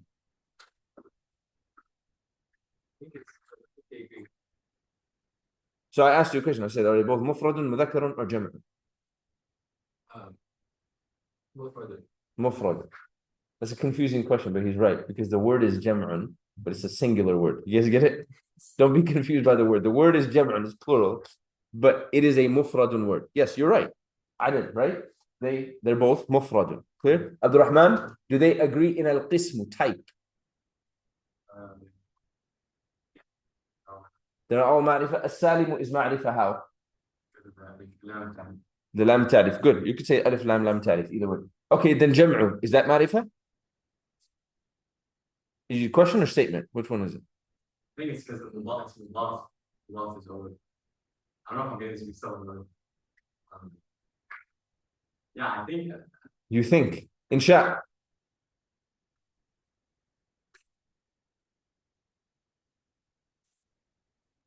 I need more. Salma. Nakira? You fell into the same trap that Rama fell into yesterday. Right? Rama, you remember? You don't remember? Noor. It's not like the other one. Explain. Talk to me. Because it's the mudaf ilayh makes it like. There we go, guys. The word is nakira. It's ma'rifah because of its attribution to the mudafun ilay. If the mudafun ilay, which generally it is, you can get away with it. You can say, you can have a mudafun ilay, and the mudafun ilay is nakira, right? But the majority of times your mudafun ilay will be ma'rifah, will be definite, will be proper. Therefore, jam'u is becoming proper because of its attribution to al-mudhakkar. Is that clear? Yes? So we covered adad, we covered qism, then we have i'rab. Is the i'rab the same, jam'u and as-salimu? Yes, because I told you to say it that way, so it's right. that make sense? And then the last one is jins, right? They're both mudhakkarun. They're both mudhakkarun. So now do we understand why it's jam'ul mudhakkari as-salimu and jam'ul muannathi as-salim? Clear? Yeah. Right? Also other phrases that you have, right? For example, I don't want to confuse you, but I'll keep it simple. Present tense verbs. What are present tense verbs called? Huh? So al-fi'lul mudari'u. Al-fi'lul mudari'u or fi'lun mudari'un. Do you hear it? Why? Because sifatun, as-sifatu wal mawsuf. Either you say fi'lun mudari'un or you say al-fi'lu al-mudari'u. You guys hear it? Fi'lun mudari'un or you say al-fi'lu al-mudari'u. Going back to this one really quickly, Grant, what does this phrase translate as? Sound masculine plural. Good. Sound masculine plural. Sound masculine plural. Do we understand that in this phrase we have an idafa construction as well as a sifatun and mawsufun? We understand that? Okay. So he translated it as sound masculine plural. Okay. Grant, you said as-salimu, the word that means sound, is the sifa. Is it describing mudhakkar or jam'? Huh? It is describing jam'. It is describing jam'. So it gets translated as the sound masculine plural. Pause. Think. Do we call these plurals sound because they're masculine, or do we call them sound because the way the plural is formed is sound? Because the way the plural is formed is sound. What do we mean by sound? It keeps the original form of the word safe, intact, sound. Do you understand that? Therefore, when we say jam'ul mudhakkar salim, we're saying this plural, not the mudhakkar part, or not the mu'annath part. The plural itself is what is sound. Does that make sense? Good. And then we talked about, okay, yes, go ahead. Since that's the part where everybody was stuck. The jam'u. They don't speak about everybody like that. No, I'm including. No, not everybody. So the jam'u, it's always going to be written because when we wrote our notes, you said it's always going to be nakira. I think that's what we're confusing everybody. So it's going to be written. You're talking about everybody a lot, but okay, go ahead. It's gonna be written as nakira, but it's like status is going for it's because of its position is going to be Not because of its position, because of its relationship because of its relation. to the mudafun ilay, it will become ma'rifah if the mudafun ilay is ma'rifah. And for the most part, it's gonna be ma'rifah. Yes, but you can have mudafun ilay constructions where the mudafun ilay is not. Right? Like for example, if I said qalamu ustadhin, it's a teacher's pen, as opposed to qalamul ustadi, right? Which is the teacher's pen. Okay? If I say qalamul ustadi, both words are ma'rifah, the teacher's pen. If I say qalamu ustadhin, a teacher's pen, both words are nakira here. The mudafun ilay did not benefit through its relationship with the mudafun ilay by becoming, it didn't get it because ustad was nakira here. Is that clear? It's not qalamu ustadhin, a teacher's pen. Okay? Quick funny story. This past weekend, and that's why I was gone on Monday. I mean, besides that I was recovering from your test scores. I was at the Imam's conference. Every year, this year was in Houston, Sheikh Farhan was there, Sheikh Bilal was there. But anyways, every year they have a different topic, and within that topic, they explore different subjects, and they have presentations and papers and whatnot. Anyways, there was, on one of the days, there was an imam that was presenting about a subject, and that subject also has like legal ramifications, or has to do with like law and stuff, and how to do it properly. So there was also like two lawyers that were presenting with him, right? A male lawyer and a female lawyer. Did Dad tell you this story? No? Tell him I told you because everyone he knows. So there was a male lawyer presenting and a female lawyer presenting. Okay. A lot after the sheikh. So the sheikh presented, and the female lawyer presented, and then the male lawyer presented. Now, the majority of presentations happen in English, but sometimes they happen in Arabic. Sometimes the sheikh only speaks Arabic, so they happen only in Arabic, and they have like live translation, right? Because some of the imams are older, they only speak Arabic, right? So the presentation sometimes Arabic or only English, and sometimes the presenters they switch between the two. Okay, so brother was well intentioned, but sometimes sometimes really strange things happen. So he began, and after beginning, he said, "سوف أتحدث," that I will speak بالإنجليزي, right, which is in English. And then he said, وبالعربية. He said, وبالعربية. You guys know ba is a harf jar, ba. And he said, بالعربية. And he said this like in a room full of imams. Not because they were ill-intentioned, the room burst out in laughter. The room just burst out, and it was so awkward. I felt so bad for the guy. It was just so bad. And I was like, sometimes like people try to flex in the wrong places. I'm like, just go with English. Just go with English.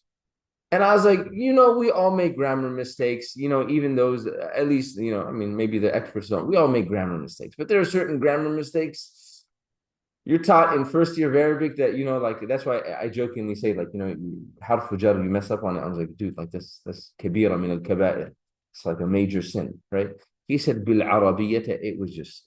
Everyone just laughed. Like, it was just like, what just happened, dude? Like, you just, in your introduction, you just made a major like blunder. Right? Like, now the idea is so small. He said fatha instead of kasra, right? Like, what's the big deal? But remember, I said a few days ago, I said, man, if you don't know, you put a sukoon on it and you'll be safe. But if you put the wrong vowel sign, then it's a very dangerous slope to go in, right? Imagine if someone started, right? And they started Fatiha and you're praying behind them. They're like, Alhamdulillah Rabbul Alameen, right? Like, you're like, dude, Assalamu alaikum wa rahmatullah. I'm gonna go pray in the back, right? Once again, I was like, I need to tell you guys a story so you understand. First of all, don't ever flex unnecessarily. Second of all, harfu jar always makes the word majroor, all right? Al-muhim. Okay, look. A jumlatun ismiyatun is made up of three parts, of which we will learn two for now. They are, number one, al-mubtada'u. The mubtada'un is the subject of a sentence or the part before is, right? So really quickly, don't get this confused with, he uses a different phrase for idafa constructions. That was before of and after of. That's the idafa construction. Before of and after of. Right? This is. Before is, after is. To separate between mubtada and khabar. The before is, it is made up of a single word or a fragment. It is marfu'un. We spoke about this. Number two, al-khabaru. The khabarun is the predicate of a sentence or the part after is. It can be made up of a single word, which is what we've done so far to keep it simple, or a fragment, which we haven't entered because we'll get to. It is marfu'un and matches in number and gender with the mubtada'un by default. It matches in number and gender by default. It did not say type. It did not say type because the mubtada'un generally is ma'rifah and the khabarun is nakira. Every jumlatun ismiyatun must have a before is and a part after is. This means with what we have learned so far, that it must have a mubtada'un and a khabarun. In general, the mubtada'un is ma'rifatun and the khabarun is nakiratun. You might want to highlight that, okay? You might is a nice way of saying you should, okay? In general, the mubtada'un is ma'rifatun and the khabarun is nakiratun. Underline it, highlight it, do what you need to do. It's important to note that the word is does not appear in the Arabic of a jumlatun ismiyatun. Instead, it automatically appears whenever you have a mubtada'un next to a khabarun. Take a look at the following examples. The mubtada'un is underlined once, and the khabarun twice.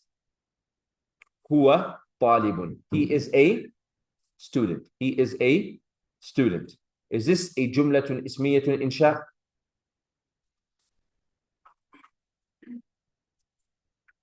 Yes. Do you have a mubtada'un and a khabarun? Which one is the mubtada'un?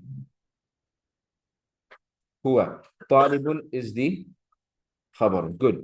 Let's talk about the khabarun first. Let's talk about the khabarun first. Is the khabarun, is it ma'rifatun or nakiratun?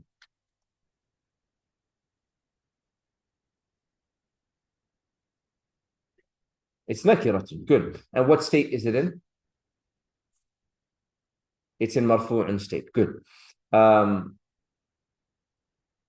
Siraj, huwa. Is it the mubtada'un? Yes. Yes, it is a mubtada'un. Good. What type of word is huwa? What type of word is huwa? It's, you just said the pronouns. Oh.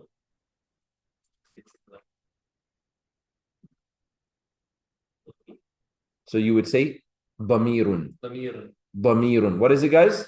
Damirun. Damirun. So I say, what type of word is it? Is it? He says, it is a damirun. It is a damirun. It is a pronoun. Good. Siraj. Siraj. We're going to ask Noor Siraj. This damirun, what state is it in?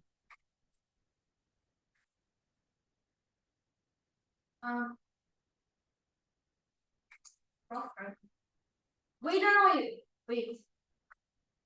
Yeah. Raf'un. Okay. And it's showing that it is raf'un through what vowel sign or what letter?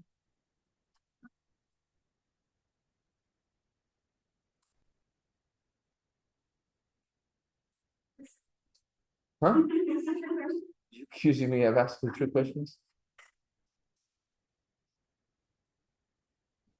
Muhammad Fardeen. Huwa, what state is it in? It's in Raf'an state. Good. How is it showing that it is in the Raf'un state? The Vowel sign or Dhamm, vowel sign. Which vowel sign? The Dhamma. The Dhamma. Muhammad Ali. Muhammad Ali. Huwa, what state is Huwa in? It's in Raf'un. It's in Raf'un state. Good. اتفق العلماء. Seems to be consensus. There seems to be consensus, right? The Prophet ﷺ said, my ummah will never gather upon basically anything that's wrong or anything that's good. Alhamdulillah, there's not ijma, there's only 3 people. Guys, did we not say ad-dama'iru are all mabniyun? Mabniyun. What are they, guys? Mabniyun. If I ever ask you what state a dhamir is in, whether it is an attached pronoun or a detached pronoun, you will look at me like I'm crazy, and rather you should say it is mabniyun. Rather you will say it is mabniyun. If I ever ask you about a attached or detached pronoun, and I say what state is the dhamirun in, your answer will automatically be that it is mabniyun. No. Don't stop it.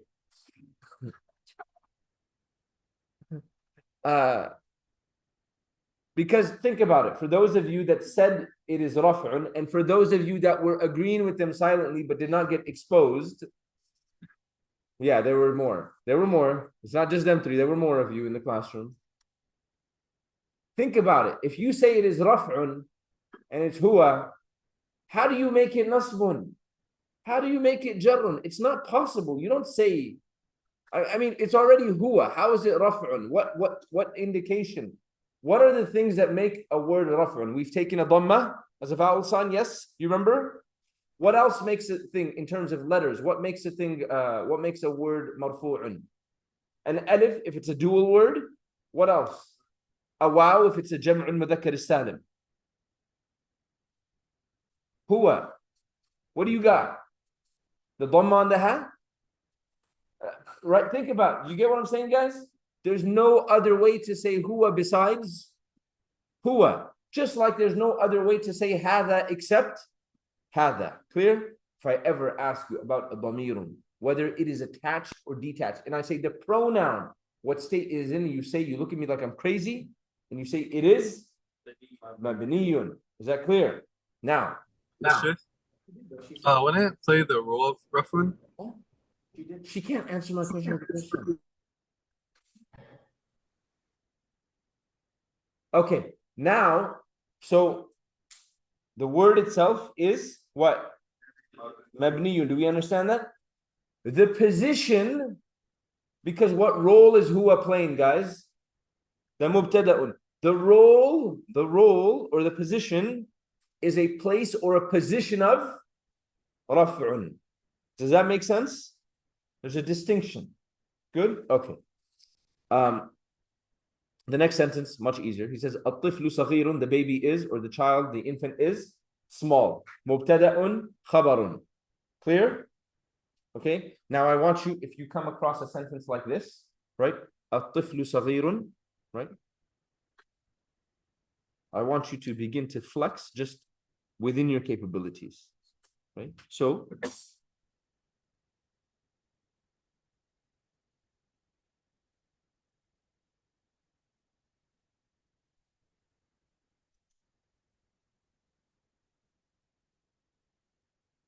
الطفل صغير. Clear? Okay.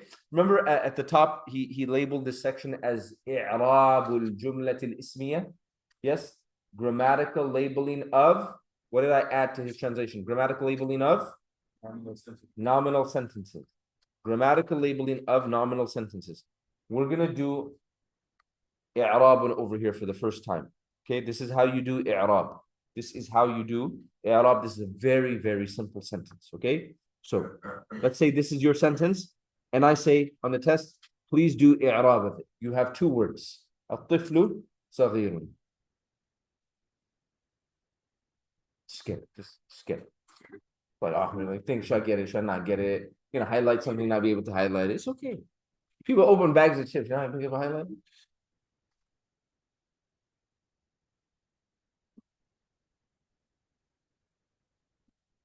الطفل. We all understand that this is a jumlatun ismiyatun, so it has two primary parts. Okay, so we're gonna keep this very, very simple, right? You're gonna grammatically label it. You're gonna grammatically label it. So what are you gonna label it as, Grant?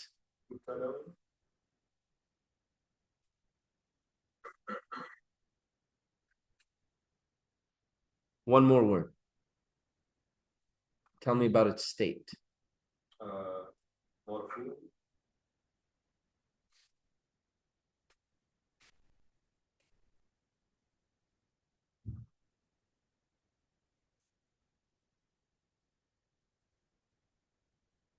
That's it. مبتدأ مرفوع. مبتدأ مرفوع. Yes. Also be No, there's no mudafun here. Because if it's mudafun, then we need a mudafun ilay. Right? This is, huh? No, this is صغير is the khabar. Remember, the mudafun ilay has to always be in what state? Jar. الطفل صغير, right? Also, if it's going to be an idafa construction, then we said the first term is going to be nakira, and the second term is going to be ma'rifa. Over here we have the opposite, so it's not. Okay, mubtada'un marfu'un. Is mubtada'un marfu'un? Is mubtada'un marfu'un? Is that a sentence? Is that a sentence? No? Good. What is the relationship? What is the relationship between the two words mubtada'un marfu'un, Salma? This is what we're doing now. We're grammatically labeling the grammatical labeling. Okay? But I just want you to see it. Yes. We just said the mudafun ilay has to be in a state of. I know it's my fault. It's my fault. I know I said that your life revolves around mudafun ilay. But you guys have taken it too far. Okay? The mudafun ilay has to always be in what state, guys? Salma? Jar. Nothing jar here, right? What is the relationship between mubtada'un and marfu'un?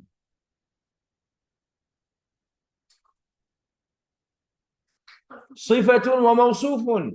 صفة وموصوف. Noor, tell me. Are they both the same gender? What are they? Mudhakkar. Are they both the same number?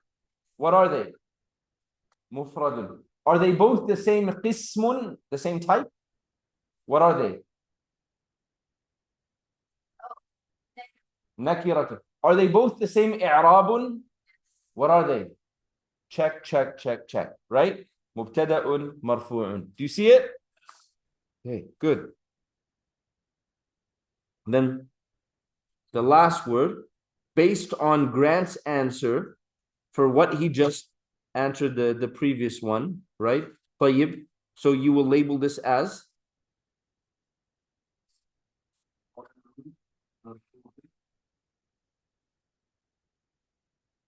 Is there a particular time you use marfu' versus raf'un, or is it even interchangeable?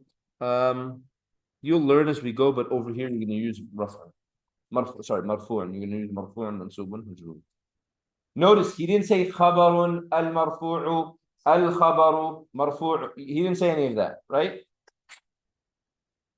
He says khabarun marfu'un because the relationship is. What is the relationship? You're looking at me like I'm crazy. Sifatun wa mawsufun.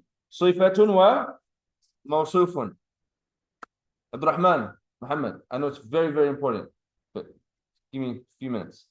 Rama, I have a question. Okay? Both of these phrases, mubtada'un marfu'un, khabarun marfu'un, we said what is the relationship between the two words?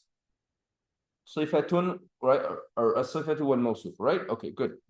What if, so that's it, by the way. In terms of the grammatical labeling of the sentence, we're done. It's very simple, straightforward, we're done. Clear? That's grammatically labeling. If I give you a two-word sentence, and you know it's mubtada'un khabarun, you clearly see each one is raf'un, that's all you have to do. Okay? Mubtada'un marfu'un khabarun marfu'un. Is that clear? Yes? And I want you to do it like that. The line underneath, take the first word right next to it, mubtada'un marfu'un saghirun, under the line under khabarun marfu'un, right? Because I know what some of you are going to do. You're going to look at the sentence, turn the page sideways, write at-tiflu, then on the other side write mubtada'un marfu'un, and I have to like follow your writing, and I'm not interested in that. Okay? But Rama, more importantly, mubtada'un marfu'un khabarun marfu'un. What happens if I were to add alif lam to the first word of both of these phrases? So I said al-mubtada'u marfu'un, al-khabaru marfu'un. What happens? It becomes a what? It becomes a sentence. It becomes al-mubtada'u marfu'un. It becomes the subject is in a state of raf'un. Al-khabaru marfu'un. The khabar, the predicate, is in a state of raf'. Now we have a sentence simply by adding alif lam to the first word. Make sense? Good. Okay. Just to clarify, I think I understand, but I just want to make sure, because the subject, it needs to be definite. It has to be definite. So in this instance, we know that it's not like marfu'un is the predicate because there's no alif lam. So there's no subject in the first. It's a combined subject. It's not like the subject and predicate because the subject has to be definite. Oh, are you talking about the phrase? Yes. Yes. Okay. Yeah. You're talking about the phrase. Yeah. Definite, it's not definite. Exactly. So we know Exactly. And if we did make it ma'rifah, the first word, then it becomes that. Just on this point, so are you saying that right now it's not a sentence, and if you just add alif lam, then you have mubtada, because right now you don't have Exactly. Then I have a full sentence. Okay. Okay. Ar-rusulu nudhurun. The messengers are warners. Once again, mubtada'un and khabarun. Is that clear? Good. Okay. It says drill 1. Oh man, drill 1 for drill. Okay.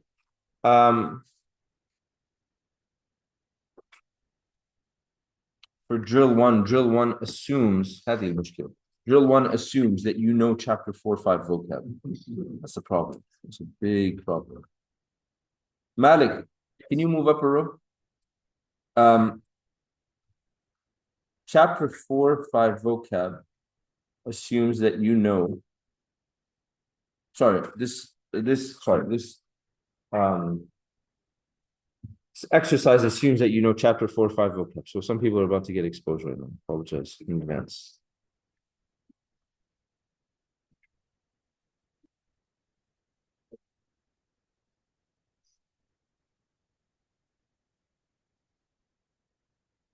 But that's not an issue because you guys know chapter 4, 5 vocab, right? Yeah, طبعا. Yeah, yes, it's طبعا.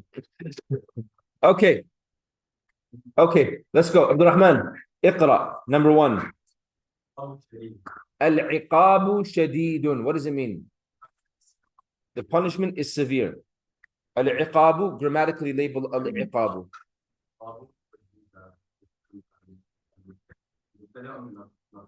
And grammatically labeled شديد. Good. See? Al-iqabu shadid. He said the punishment is severe or the punishment is intense. Good. Number 2, Muhammad. Read the Arabic. The ram is big. Al-kabshu kabirun. Good. Number 3. Yeah. DJ. The guidance is clear. Al-huda mubinun. Amira, grammatically label al-huda. And grammatically label mubinun. Good. Does anyone see a problem? Does anyone see a problem? No? Amira, do you see a problem? No? What looks like the problem? That looks like a problem? Why does it look like a problem? Maybe someone would say it doesn't look like it's. Say that again. Someone could say it doesn't look like it's marfu'.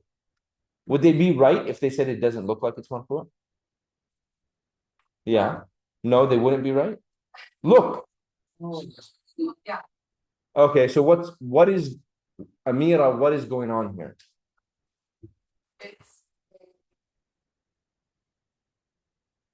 What is that? It doesn't.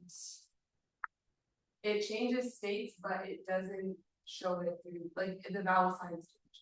Muqaddarun. It's a muqaddarun word, right? Implied, I think we used, right? Implied, was it? Hidden, implied, or hidden, flexible, right? Implied or hidden, flexible. So it changes states theoretically on its placement, but it never ever shows it. The word al-huda, even if it comes after a harf jar, it will be pronounced al-huda. Like you've said, bil-huda. Just don't say bil-arabiyyata, right? Bil-huda. Got it? Bil-huda. Didn't change, right?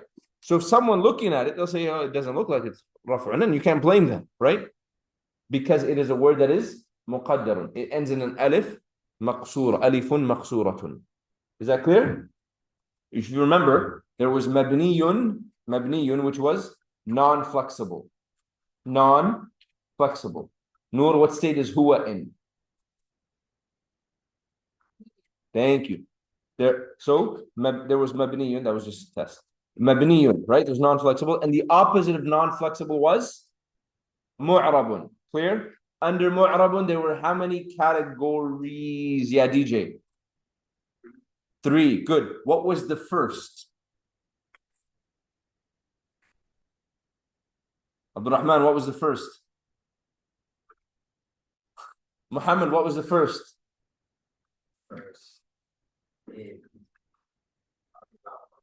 Siraj, what was the first? Munsarifun. Munsarifun. And how we translate munsarifun? Fully flexible. Fully flexible. Michelle, what was number 2?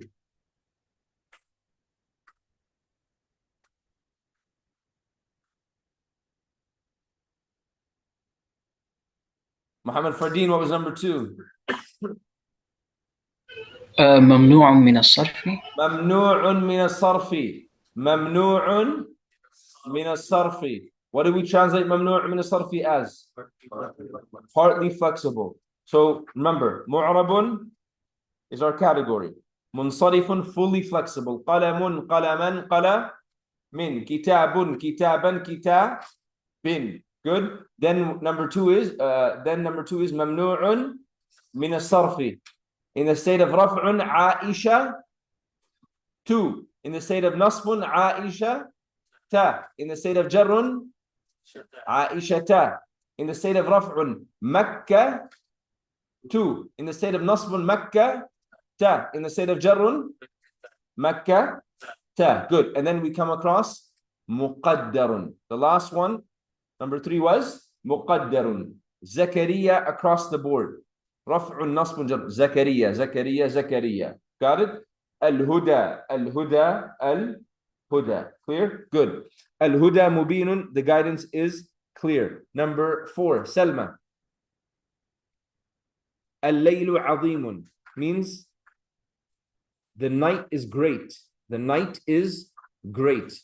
Isa, number 5. Al-kafiratu da'ifatun, which means the female disbeliever is weak. Good. Number 6, Muhammad Ali, اقرأ. الصلاة جميلة. الصلوات. The prayers are beautiful. الصلوات جميلة. The prayers are beautiful. My own voice coming back. الصلوات جميلة. The prayers are beautiful. Does anyone see, or does anyone sense a mistake in this sentence? Does anyone sense a mistake in this sentence? Khadija, is there a mistake in this sentence? As-salawatu jamilatun? Salatu jamilatun. As-salawatu jamilatun. Not that I see. As-salawatu, is that singular, dual, or plural? Is it singular? No, salatun would be singular. Oh, salat. This is as-salawatu. Is that singular, dual, or plural? Noor, is it singular, dual, or plural? Plural. The prayers are beautiful. It's plural. Salatun becomes salawatun. Clear? And jamilatun, Noor, is it singular, dual, or plural? Singular. Is that a mistake that as-salawatu jamilatun, that salawat is plural and jamilatun is singular? So it should be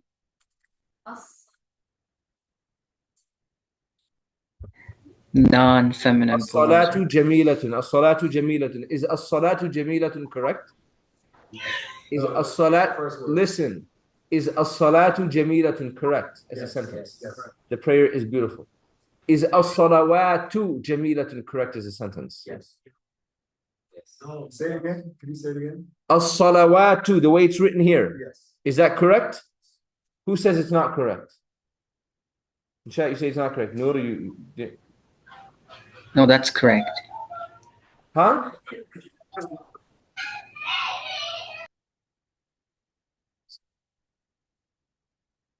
Muhammad Fardeen, I heard you. No one else heard you. What did you say?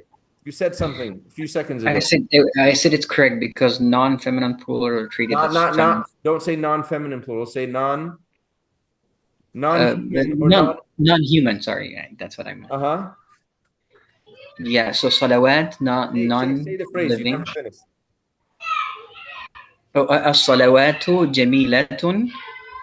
Non-human plurals. Finish.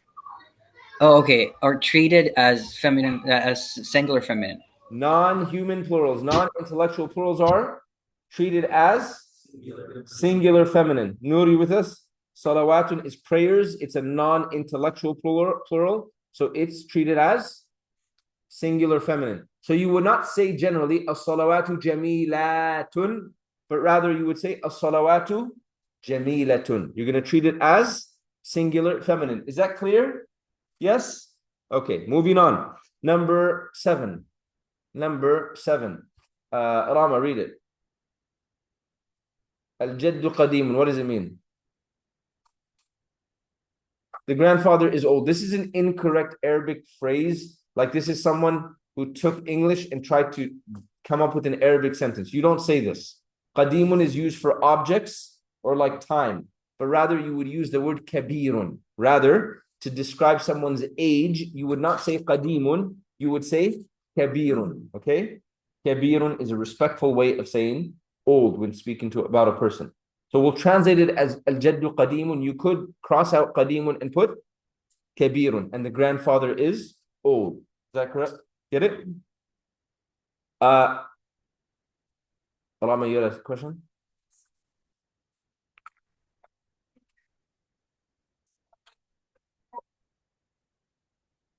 as farmer.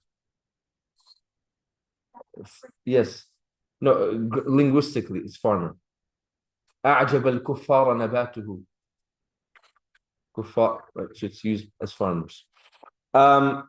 Number eight. Let's go. Siraj. Allahu Hakimun.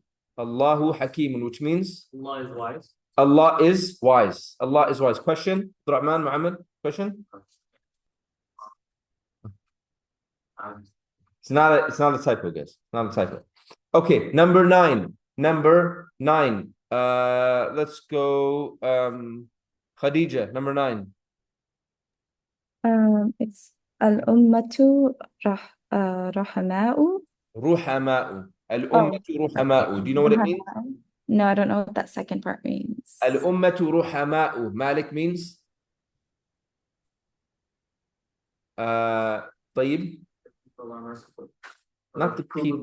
Yeah, the community, the nation is merciful. Okay. Now, really quickly, al-ummatu is ismu jam'in. Is ismu jam'in. It is a singular word that refers to a group of people. Okay. Now, within that group of people, you have men and women. Clear? So you could say, listen, you could say al-ummatu rahimatun. You could say al-ummatu rahimatun, and it would not be incorrect. Say the nation is merciful.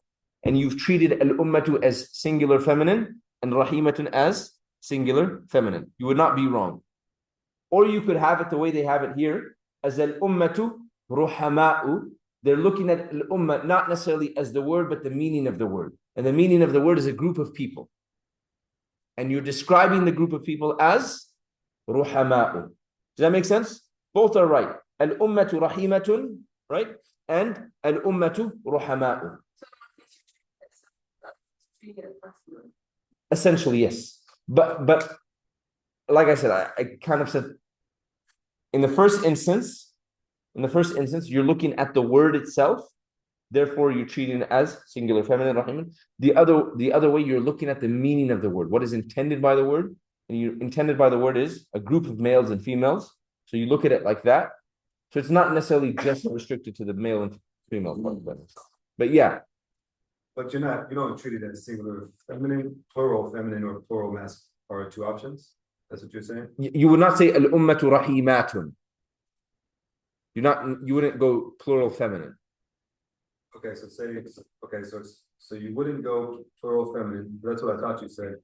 So singular feminine, al-ummatu rahimatun. Because it's non-intellectual. No, it is intellectual, but I'm just looking at the word here. The word here is a singular word, right? And it's feminine because of the ta marbuta to it. Mm-hmm. The word, not the meaning of the word. Yeah. Right? So you could say al-ummatu rahimatun, the nation is merciful, right?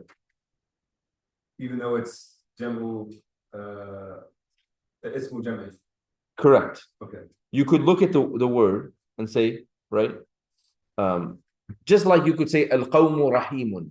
Al-qawmu rahimun, the group of people is rahim. Or you could say al-qawmu ruhama'u. You go back and you look at the meaning of the word. Generally, you look at the meaning of the word. Okay? But you could not say, however you say merciful, feminine, plural. Rahimatun. You would not say al-ummatu rahimatun. You would not say al-ummatu rahimatun. There's no reason to do that. Yeah, because then that would imply they're all feminine in that, which is not the case. Yeah, exactly. Number 10. Yeah, Michelle. An-naru alimatun. An-naru alimatun. What does it mean? The fire is painful. The fire is painful. Why is alimatun feminine? Alimatun. Is that a mistake? Because it's a non-intellectual. What non-intellectual? Plural. What's a plural? An-naru is a plural? No. Oh, it's a bus. It's a because the Arab said so, feminine. An-naru is feminine because the Arabs said so. So an-naru alimatun. Good. Number 11. Number 11. طيب. نستقيم. That's what wrong. نستقيم. Uh-huh. It is I am Safimun is like anxious, sick. I am sick. And you cannot use that on the basketball court. It would have a different meaning. Okay? You don't get it? Don't get it? Someone gets it? No one gets it? No, I get it. Don't get it? That's it. Like, I'm sick. Biggest kid.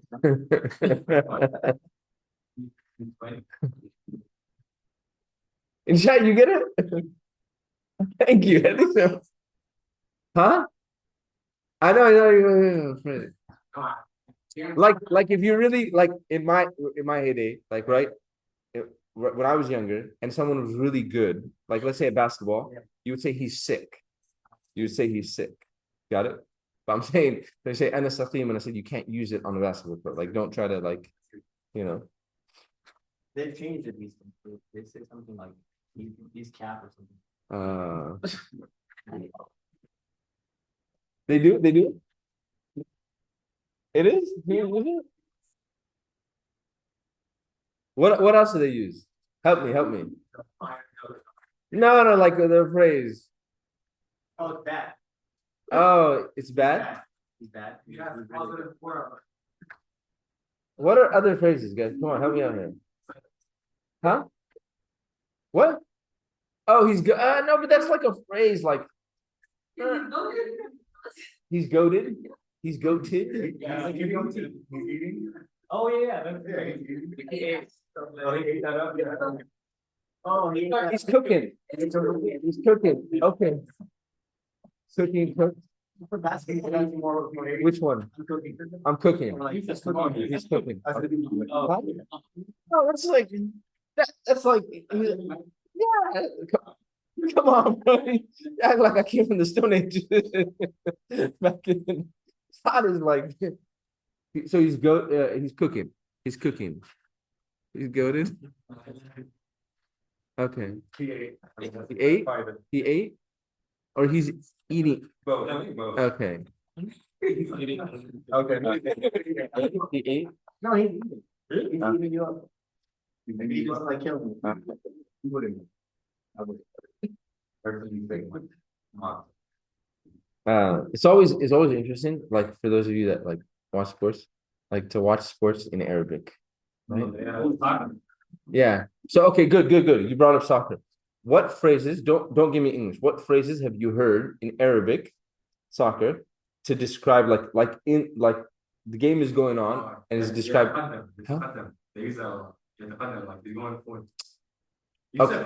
Okay, but like slang. Like slang that gives us that idea that this person is great. I want one, but I'll say something. Like what? Okay, in Arabic, anyone? You refer to a great player as a anyone? There we go. I was waiting for that. Was anyone else thinking that? Never heard it? Wahsh. If I say it in English, you automatically. We didn't cover it in English. He's a beast. He's a beast. Wahsh. He's a monster. Wahshun. Right? So it's interesting because you find certain phrases are not used like back and forth. They don't go from one language to another, but then certain other ones do. Yeah, I'm saying. Yeah, it's a beast. Wahshun. Right? So you'll find that a lot. Like when someone's performing well, wahsh. Anyways, back to regular scheduled programming. Number 12. Let's go, Muhammad Fardeen. الأصنام حجرة. The idols are. Go ahead. The idols are stone. The idols are stones. Stone. Are stones or rock, whatever you want to go with, right? Rocks. So over here he went with, and this is the issue I had, right? So you can use both in your vocab for chapter 1. You have the singular as hajarun, right? You can also use hajaratun. You can also use hajaratun. Do not confuse it with the plural. The plural is hijaratun. Clear? But the singular, you can go hajarun and hajaratun. So over here he says al-asnamu hajaratun. And the reason he says hajaratun is because asnamun is a non-intellectual or non-human plural, so therefore it is treated as singular feminine. Al-asnamu hajaratun. Number 13. Number 13, Joseph. Allahu Akbaru. Allahu Akbaru. Allah is great. Allah is the greatest, right? Allah is the greatest. Now pause here. Pause here. Allahu, the name, the word is ma'rifah, correct? Therefore, it only has one dhamma. Therefore, it only has one dhamma. What about the word akbaru? What about the word akbaru? Why does it only have one dhamma, Amira? It's mamnu' min as-sarf. Can you tell me why it's mamnu' min as-sarf? It is on the word pattern af'alu. And anything on the word pattern af'alu will be mamnu' min as-sarf, and part of that is that it'll never ever take tanween. That's why in your vocab you have akbaru, you have aktharu. Clear? So they are both words are marfu', just that akbaru, right? Because it's on that word pattern of af'alu, it makes it mamnu' min as-sarf, and therefore it'll never ever take tanween, double vowel sound. Rama, you had a question?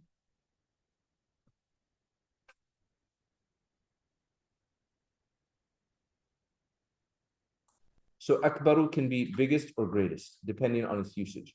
And it can also be old in age, right? Depending on its usage, yes. So in the vocab, it says bigger or greater, I think. And I've heard some people say that Allahu Akbar It's like bigger than... is bigger. But I thought that when you do, when you're doing like superlative, like yes, that you don't need min, but when you're doing greater than or bigger, you need min. Is that the case? Like you need min after, like akbaru min, like bigger than me or something like that. So would it be right to say this? So when you're superlative is basically you're essentially like comparing two things, right? So if you are comparing two things, then you need min. If you are simply just stating something is the greatest or the most powerful, then you don't need min. So is it correct to also say this can mean Allah is bigger, or greater? Does it have to be greatest or biggest? The meaning of it, right? I mean, like you're gonna end up playing word games in English, but the meaning of it essentially is Allah is the greatest. Allah is the greatest, right? Because the intention here is not size of Allah, but rather is the greatness of Allah, right? Some have said that you're saying when you say Allahu Akbaru, there's something that's like omitted, like Allah is greater than ... anything, right? And then when you say Allahu A'lamu, similarly, Allah is the most knowledgeable, you could say, or you can say Allah is more knowledgeable than ... anyone or anything. But generally, if you're comparing two things, you're going to say akbaru, min. You're going to use min. If you're not comparing it with anything else, you'll just stop, right? That's why you always hear Allahu a'lamu.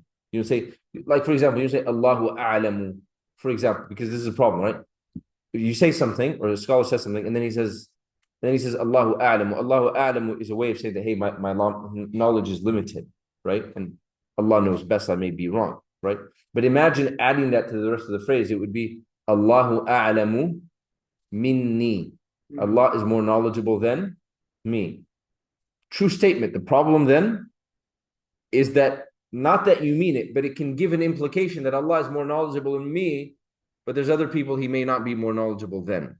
So adding them in over here becomes kind of problematic. Make sense? So you just Allahu a'lam as a general rule. When you put it in front of it, say the biggest, the greatest, output when it always child, when you put it before or after? What? For the superlative. Would you put what? The af'al, the upward, the word. What would you put before? Like if you said upward walad, the tallest boy, wouldn't you put it before and not after if you're using the superlative? No, like for example, if you're saying if you were saying that let's say you said أحمد أكبر من جميع الطلاب. أحمد أكبر من جميع الطلاب. Like Ahmad is the biggest from all of the students. So you can put it after, right? When you're comparing two things, right? Who, for example, just a simple example. هو أطول منه or منها. He is taller than her. So when I say you're comparing two things, the thing that is being compared to usually comes after.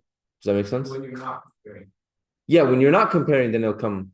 Yeah, but like if you're doing Allah Akbar, then normally wouldn't you put Akbar before Allah if you're, grammatically speaking, if you're not comparing it to something else?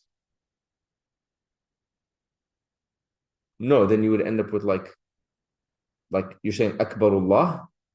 I'm saying like for the superlative word, you put it before if you're not comparing it to something else. Like using the example of Atwal al-Walad. Yeah. The tallest child. That's an idafa construction. It's an idafa, Atwal al-Walad, the tallest child, right?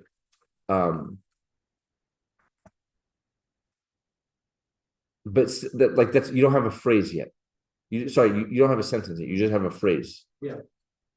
Atwal, he's the tallest of children. You haven't compared it to anything.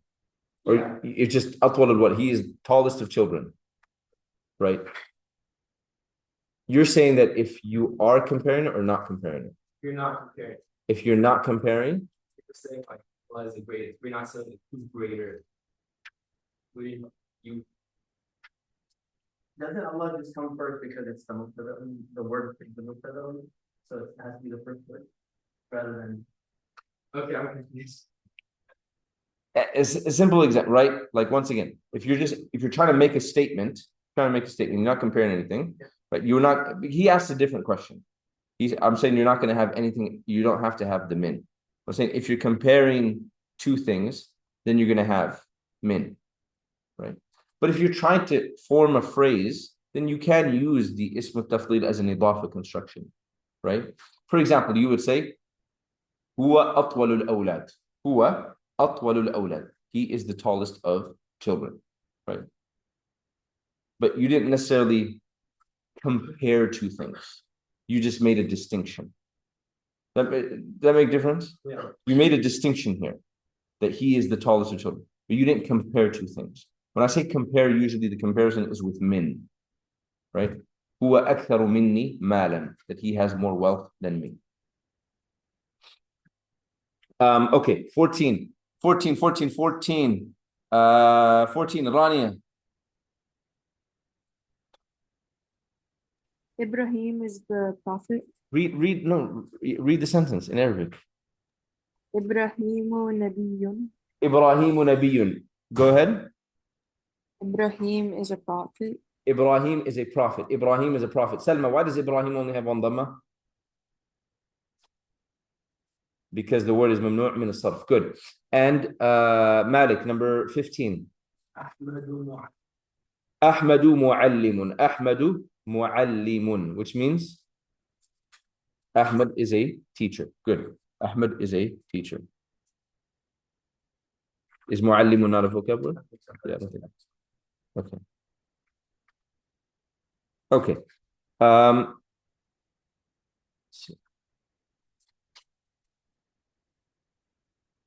Okay. It says, drill 2. Change the mubtada and khabar of each sentence from masculine to feminine, then translate the original Arabic. Is that clear? Yes.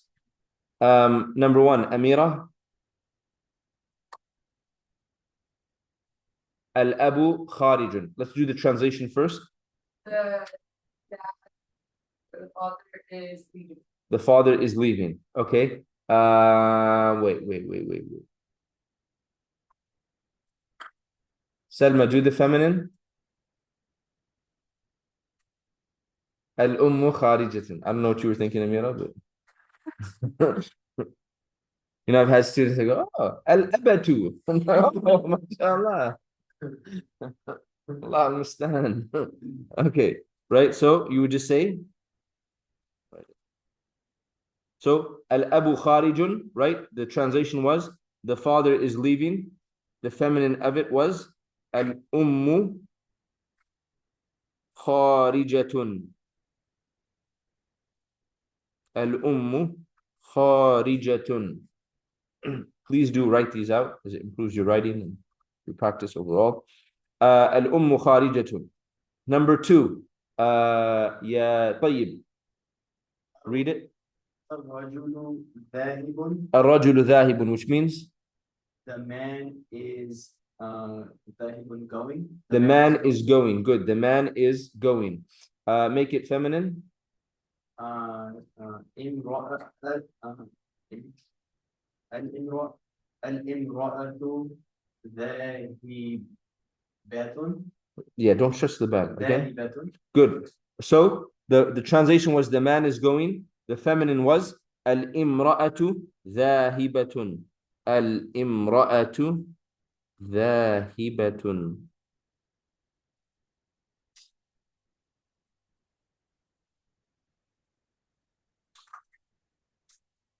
Al-imra'atu dhahibatun, which would mean the woman is going. Number 3, Siraj. Al-waladu qadimun. Al-waladu qadimun, which means The boy is coming. the boy is coming. Make it feminine. Al-bintu qadimatun. Good. Al-bintu qadimatun. Al-bintu qadimatun. Good. Number 4, Rama. Al-ibnu raji'un, which means the son is returning. One second. Sorry, I forgot to write.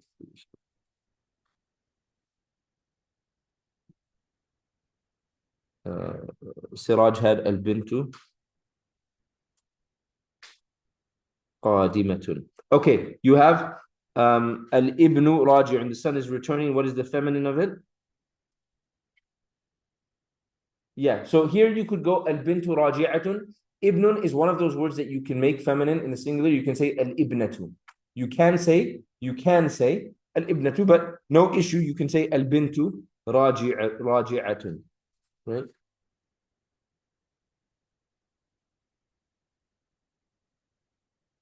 But in Arabic, ibnatun is a word. Ibnatun is a word that refers to a daughter.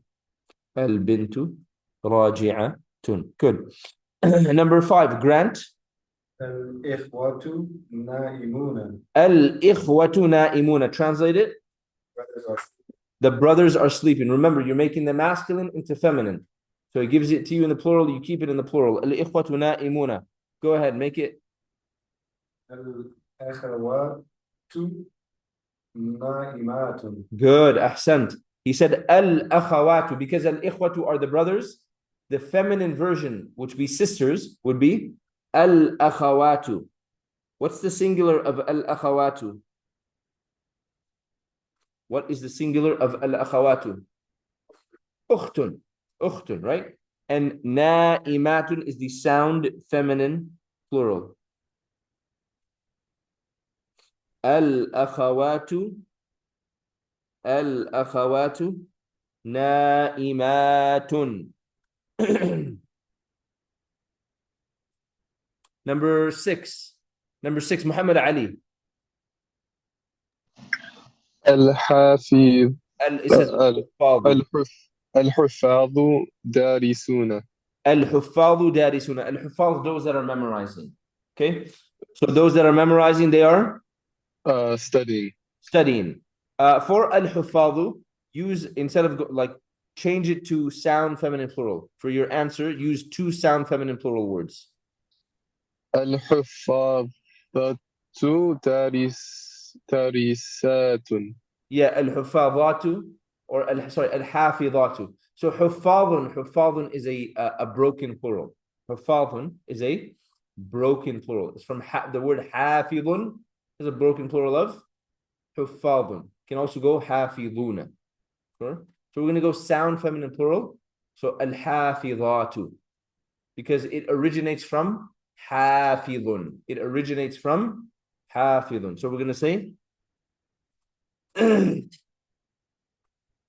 الحافظات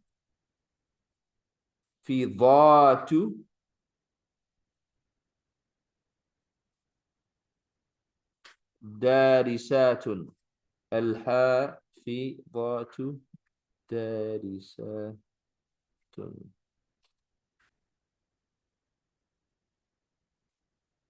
Once again, the word al-hufazu, the singular of it is hafidun. What is it? Hafidun. Memorizer, protector, guardian. You can go a broken plural, hufadun, or you can go sound masculine, hafiduna. So when it asks us for the answer over here, we're going to go back to the original, which is hafidun, and we're going to go sound feminine plural from that. And we end up with hafidatun.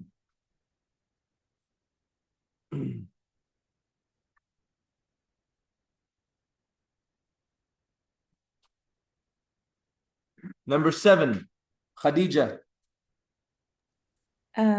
المؤمنون. المؤمنون. Oh, sorry. المؤمنون عابدون. The Muslims are worshiping. The believers. The believers, sorry. The Believers believers are are worshiping. What's the answer? Um, do we use the same? Because is there a feminine version for that? Yeah, just feminize everything upon the sound feminine plural. So they use sound masculine plural, you use sound feminine plural. المؤمنون. Mu. Not mu. What's the singular of mu'min, Khadija? The singular of المؤمنون. المؤمنون عابدون. What's the singular of al-mu'minuna? المؤمنون. Al-mu'minun? Yeah. You just said the same word but stopped on the last letter. Isn't it مؤمنون? مؤمن. Mu'minu. Okay. Now make that sound feminine. Now, so use the sentence that you have, and instead of using sound masculine plurals, use sound feminine plurals. المؤمنة. Oh, sorry. One المؤمنة عابدون. One more time. المؤمنة. You put alif, lam, and vowels and Sorry, مؤمنة, right? Is we just say مؤمنة? It's the mubtada. It has to be ma'rifah. What is it, Malik? مؤمنات. Uh-huh. مؤمنات عابدات عابدات عابدات عابدات المؤمنات عابدات المؤمنات عابدات المؤمنات عابدات.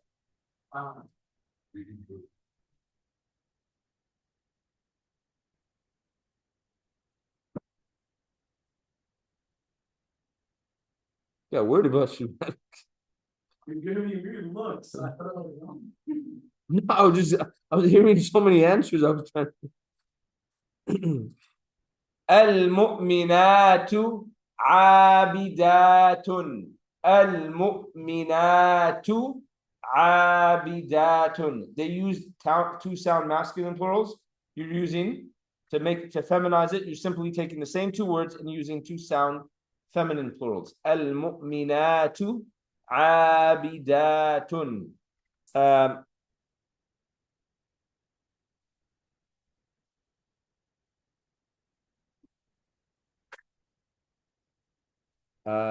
Maryam Khidr, do number 8.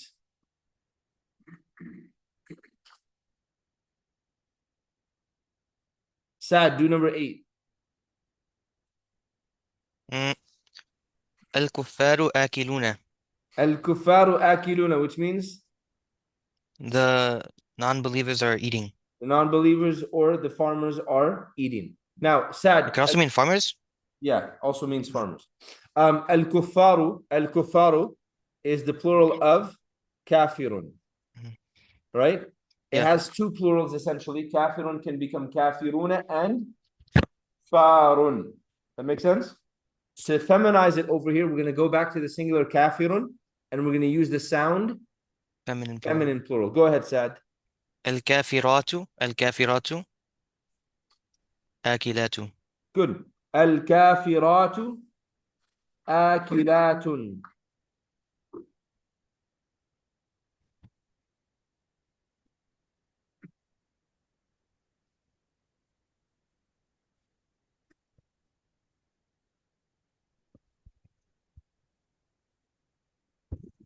Al-kafiratu akilatun. The disbelievers are eating. Is that clear? Good. Okay. Look at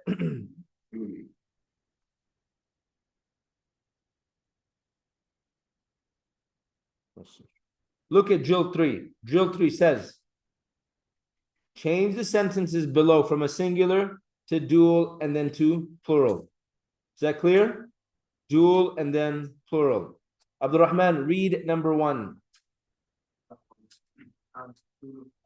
Ar-Rasulu Sadiqun. First, translate it. If you don't know the translation, write the translation. What does it mean?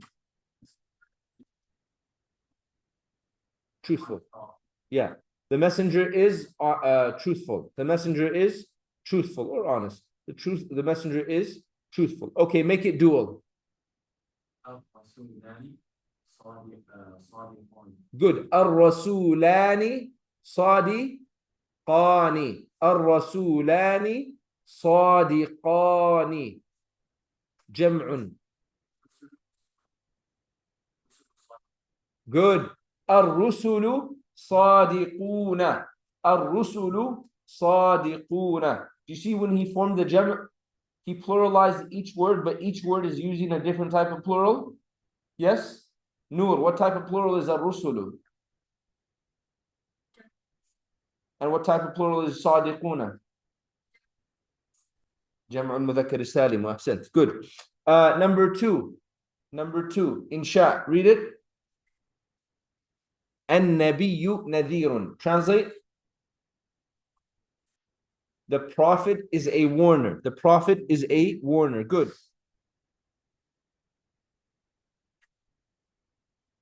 An-Nabiyyani Nadhirani. An-Nabiyyani Nadhirani. Insha. Jam'un.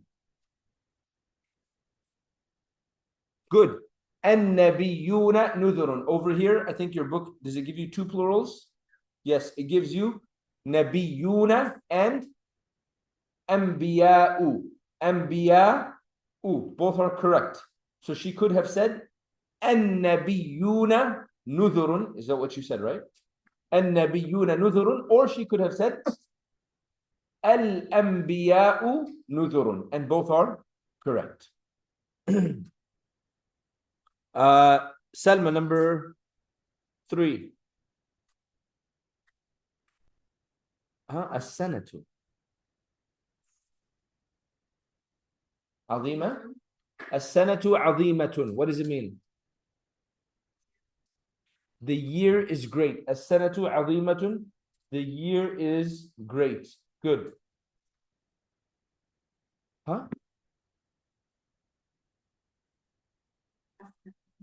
Yeah, Salma. Which one? What do you have for the first answer? Number 1. Yeah, Salma. What do you have for the second answer? What do you have for the third answer? What? Huh? Why?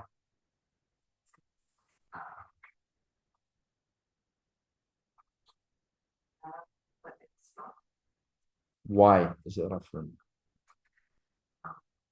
Huh? Okay, why is it a sanad too? Why? What role is it playing in the sentence? And the mubtada always has to be in a state of rafran. So as-sana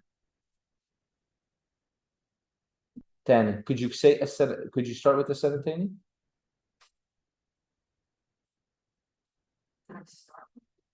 Could you do the sentence instead of, are they interchangeable here in this sentence? As-sanatani and as-sanatani. No. Why? Okay, so good. You get it? Okay, sure? Allah, I'll take a shot at the class. What's left? Tell you speaking on behalf of the whole class and we're talking about the class itself. Yeah, do you understand that?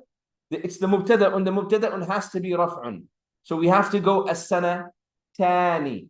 Because as-sanatayni is used for nasbun and jarrun. Clear? Go ahead. Finish. As-sanatani. As-sanatani azimatani. As-sanatani azimatani. Do the plural. Salma, tread carefully.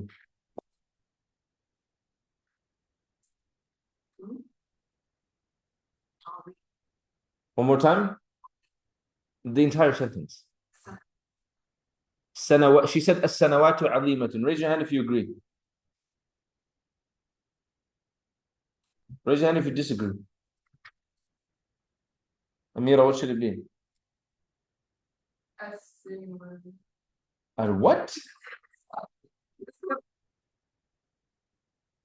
Who? Anyone else with Amira on the disagree side? The plural is right, by the way. Yeah, the plural is right. As-sanawat is fine. We were thinking sinuna, sinina, and sinina. Yeah. As-sanawatu, no. Azimatun. Why'd she go singular feminine on azimatun? Why, Salma? Huh? No, not because of sana. Because sanawatun is a non-finished sentence. And non-intellectual plurals are treated as. I need you guys to memorize that, okay? Right? You say the word, you say is a non-intellectual plural, and non-intellectual plurals are treated as singular feminine. Good. So she said as-sanatani azimatani and as-sanawatu azimatun. This one I always found strange. I asked him to take out of the book because you'll see. Number four. Michelle. Ad-dinu hakimun. Ad-dinu hakimun, which means? The religion is wise. The religion is wise, meaning full of wisdom. You see how it's going to become problematic in the dual and the plural? Huh? Yeah. Okay, go ahead. Use the dual.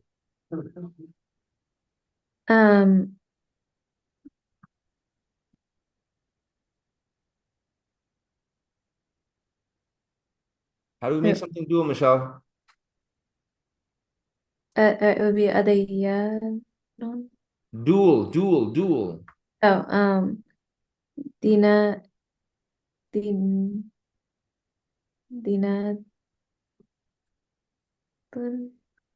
Abdurrahman, what is it? Ad-dinani hakimani. All we're doing is adding an alif noon, and noon has a kasra, right? Ad-dinani hakimani. Ad-dinani hakimani. Abdurrahman, what's the plural?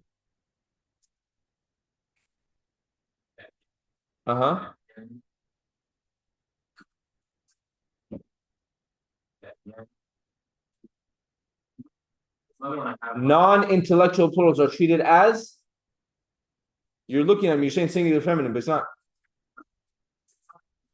You're not agreeing with yourself right now. Non-intellectual plurals are treated as. Say that last word again. Say the last word again. Guys, work with me.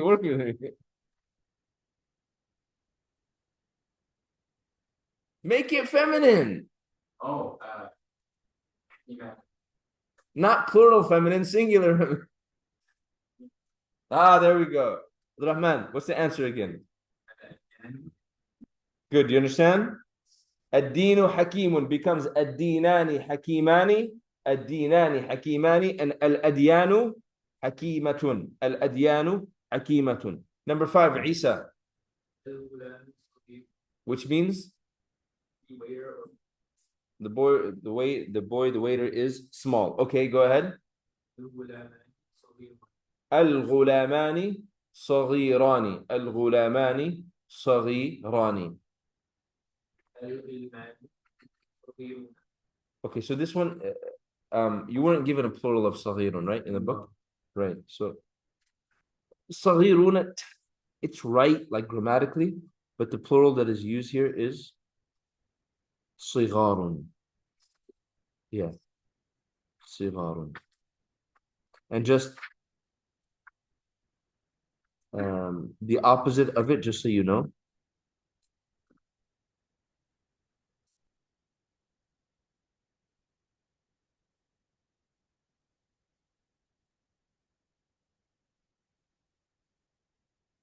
So صغار is the plural of صغير. كبار is the plural of كبير. صغار كبار. صغار plural of صغير. كبار plural of كبير. Okay, so the answer, once again, you said the dual was Isa? Yeah, go back to the dual. الغلامان صغيران. الغلامان صغيران, and the plural was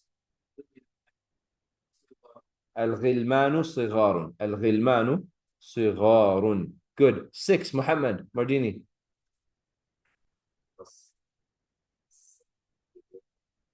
الصاحب طيب, which means? Good companion. Now you made it into a sifa in your translation. Companion is good. The companion is good. The companion is good. Okay, make it dual.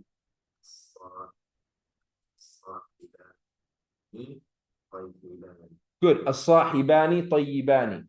الصاحبان طيبان. الصاحبان طيبان. Good. Make it plural. There's a plural that it gives you. I think in the No. It doesn't. It does. Oh, I'm talking about it. طيب. Oh, طيب.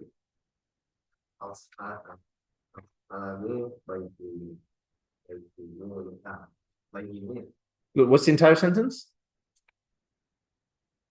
I didn't hear what you said simply. You took me, you're not making the first word ma'rifah.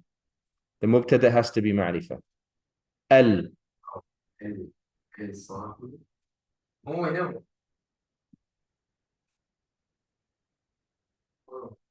Plural. Yeah, Muhammad.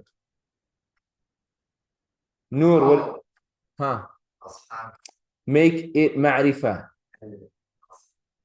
Huh? Louder. You're doing a mistake. I think you're doing it. Muhammad Abdurrahman, you hear it? Okay. He's adding tanween and alif lam, right? Okay. You're doing it right now. You're doing alif lam and tanween together. No, I said I don't know. I heard what Abdurrahman heard. Huh? No, but you don't have the same hearing as me, Abdurrahman. Anyways, what's the answer?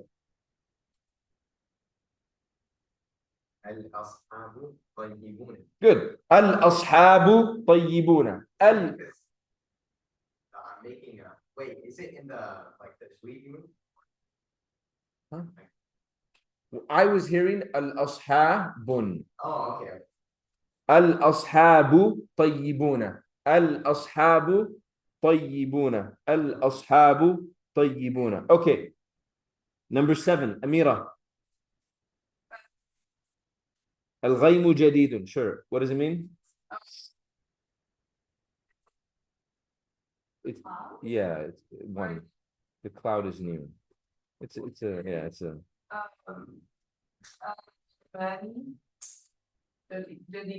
Al-ghaymani jadidani. Al-ghaymani jadidani. Are you given a plural for ghaymun? Yeah? Okay.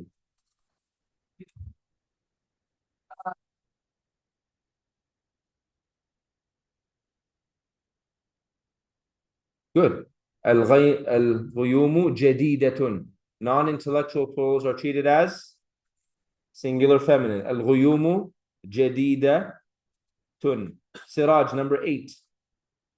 الطفل سالم. الطفل سالم. Translate. The infant is safe. The infant is safe. Good.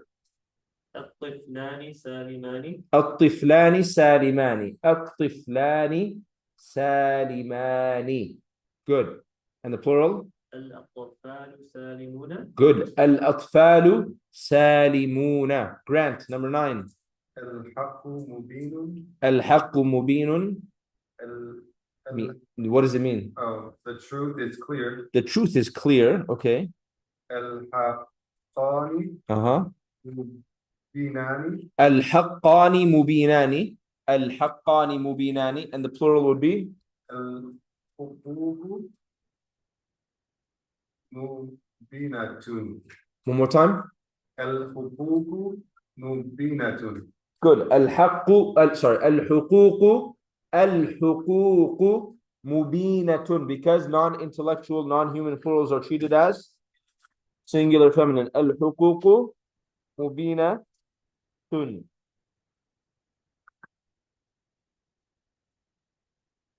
Guys, we have drill 4. After drill 4, we're basically done with the chapter. وهذه المشكلة. Right after that is a vocab review. Amira, I need to expedite your class's memorization of chapter 4 and 5 vocab. And unfortunately, there's only one way to do so, which is what? Which is what? Huh? I was going to say to dedicate some class time to self-studying, but we will do that, inshallah.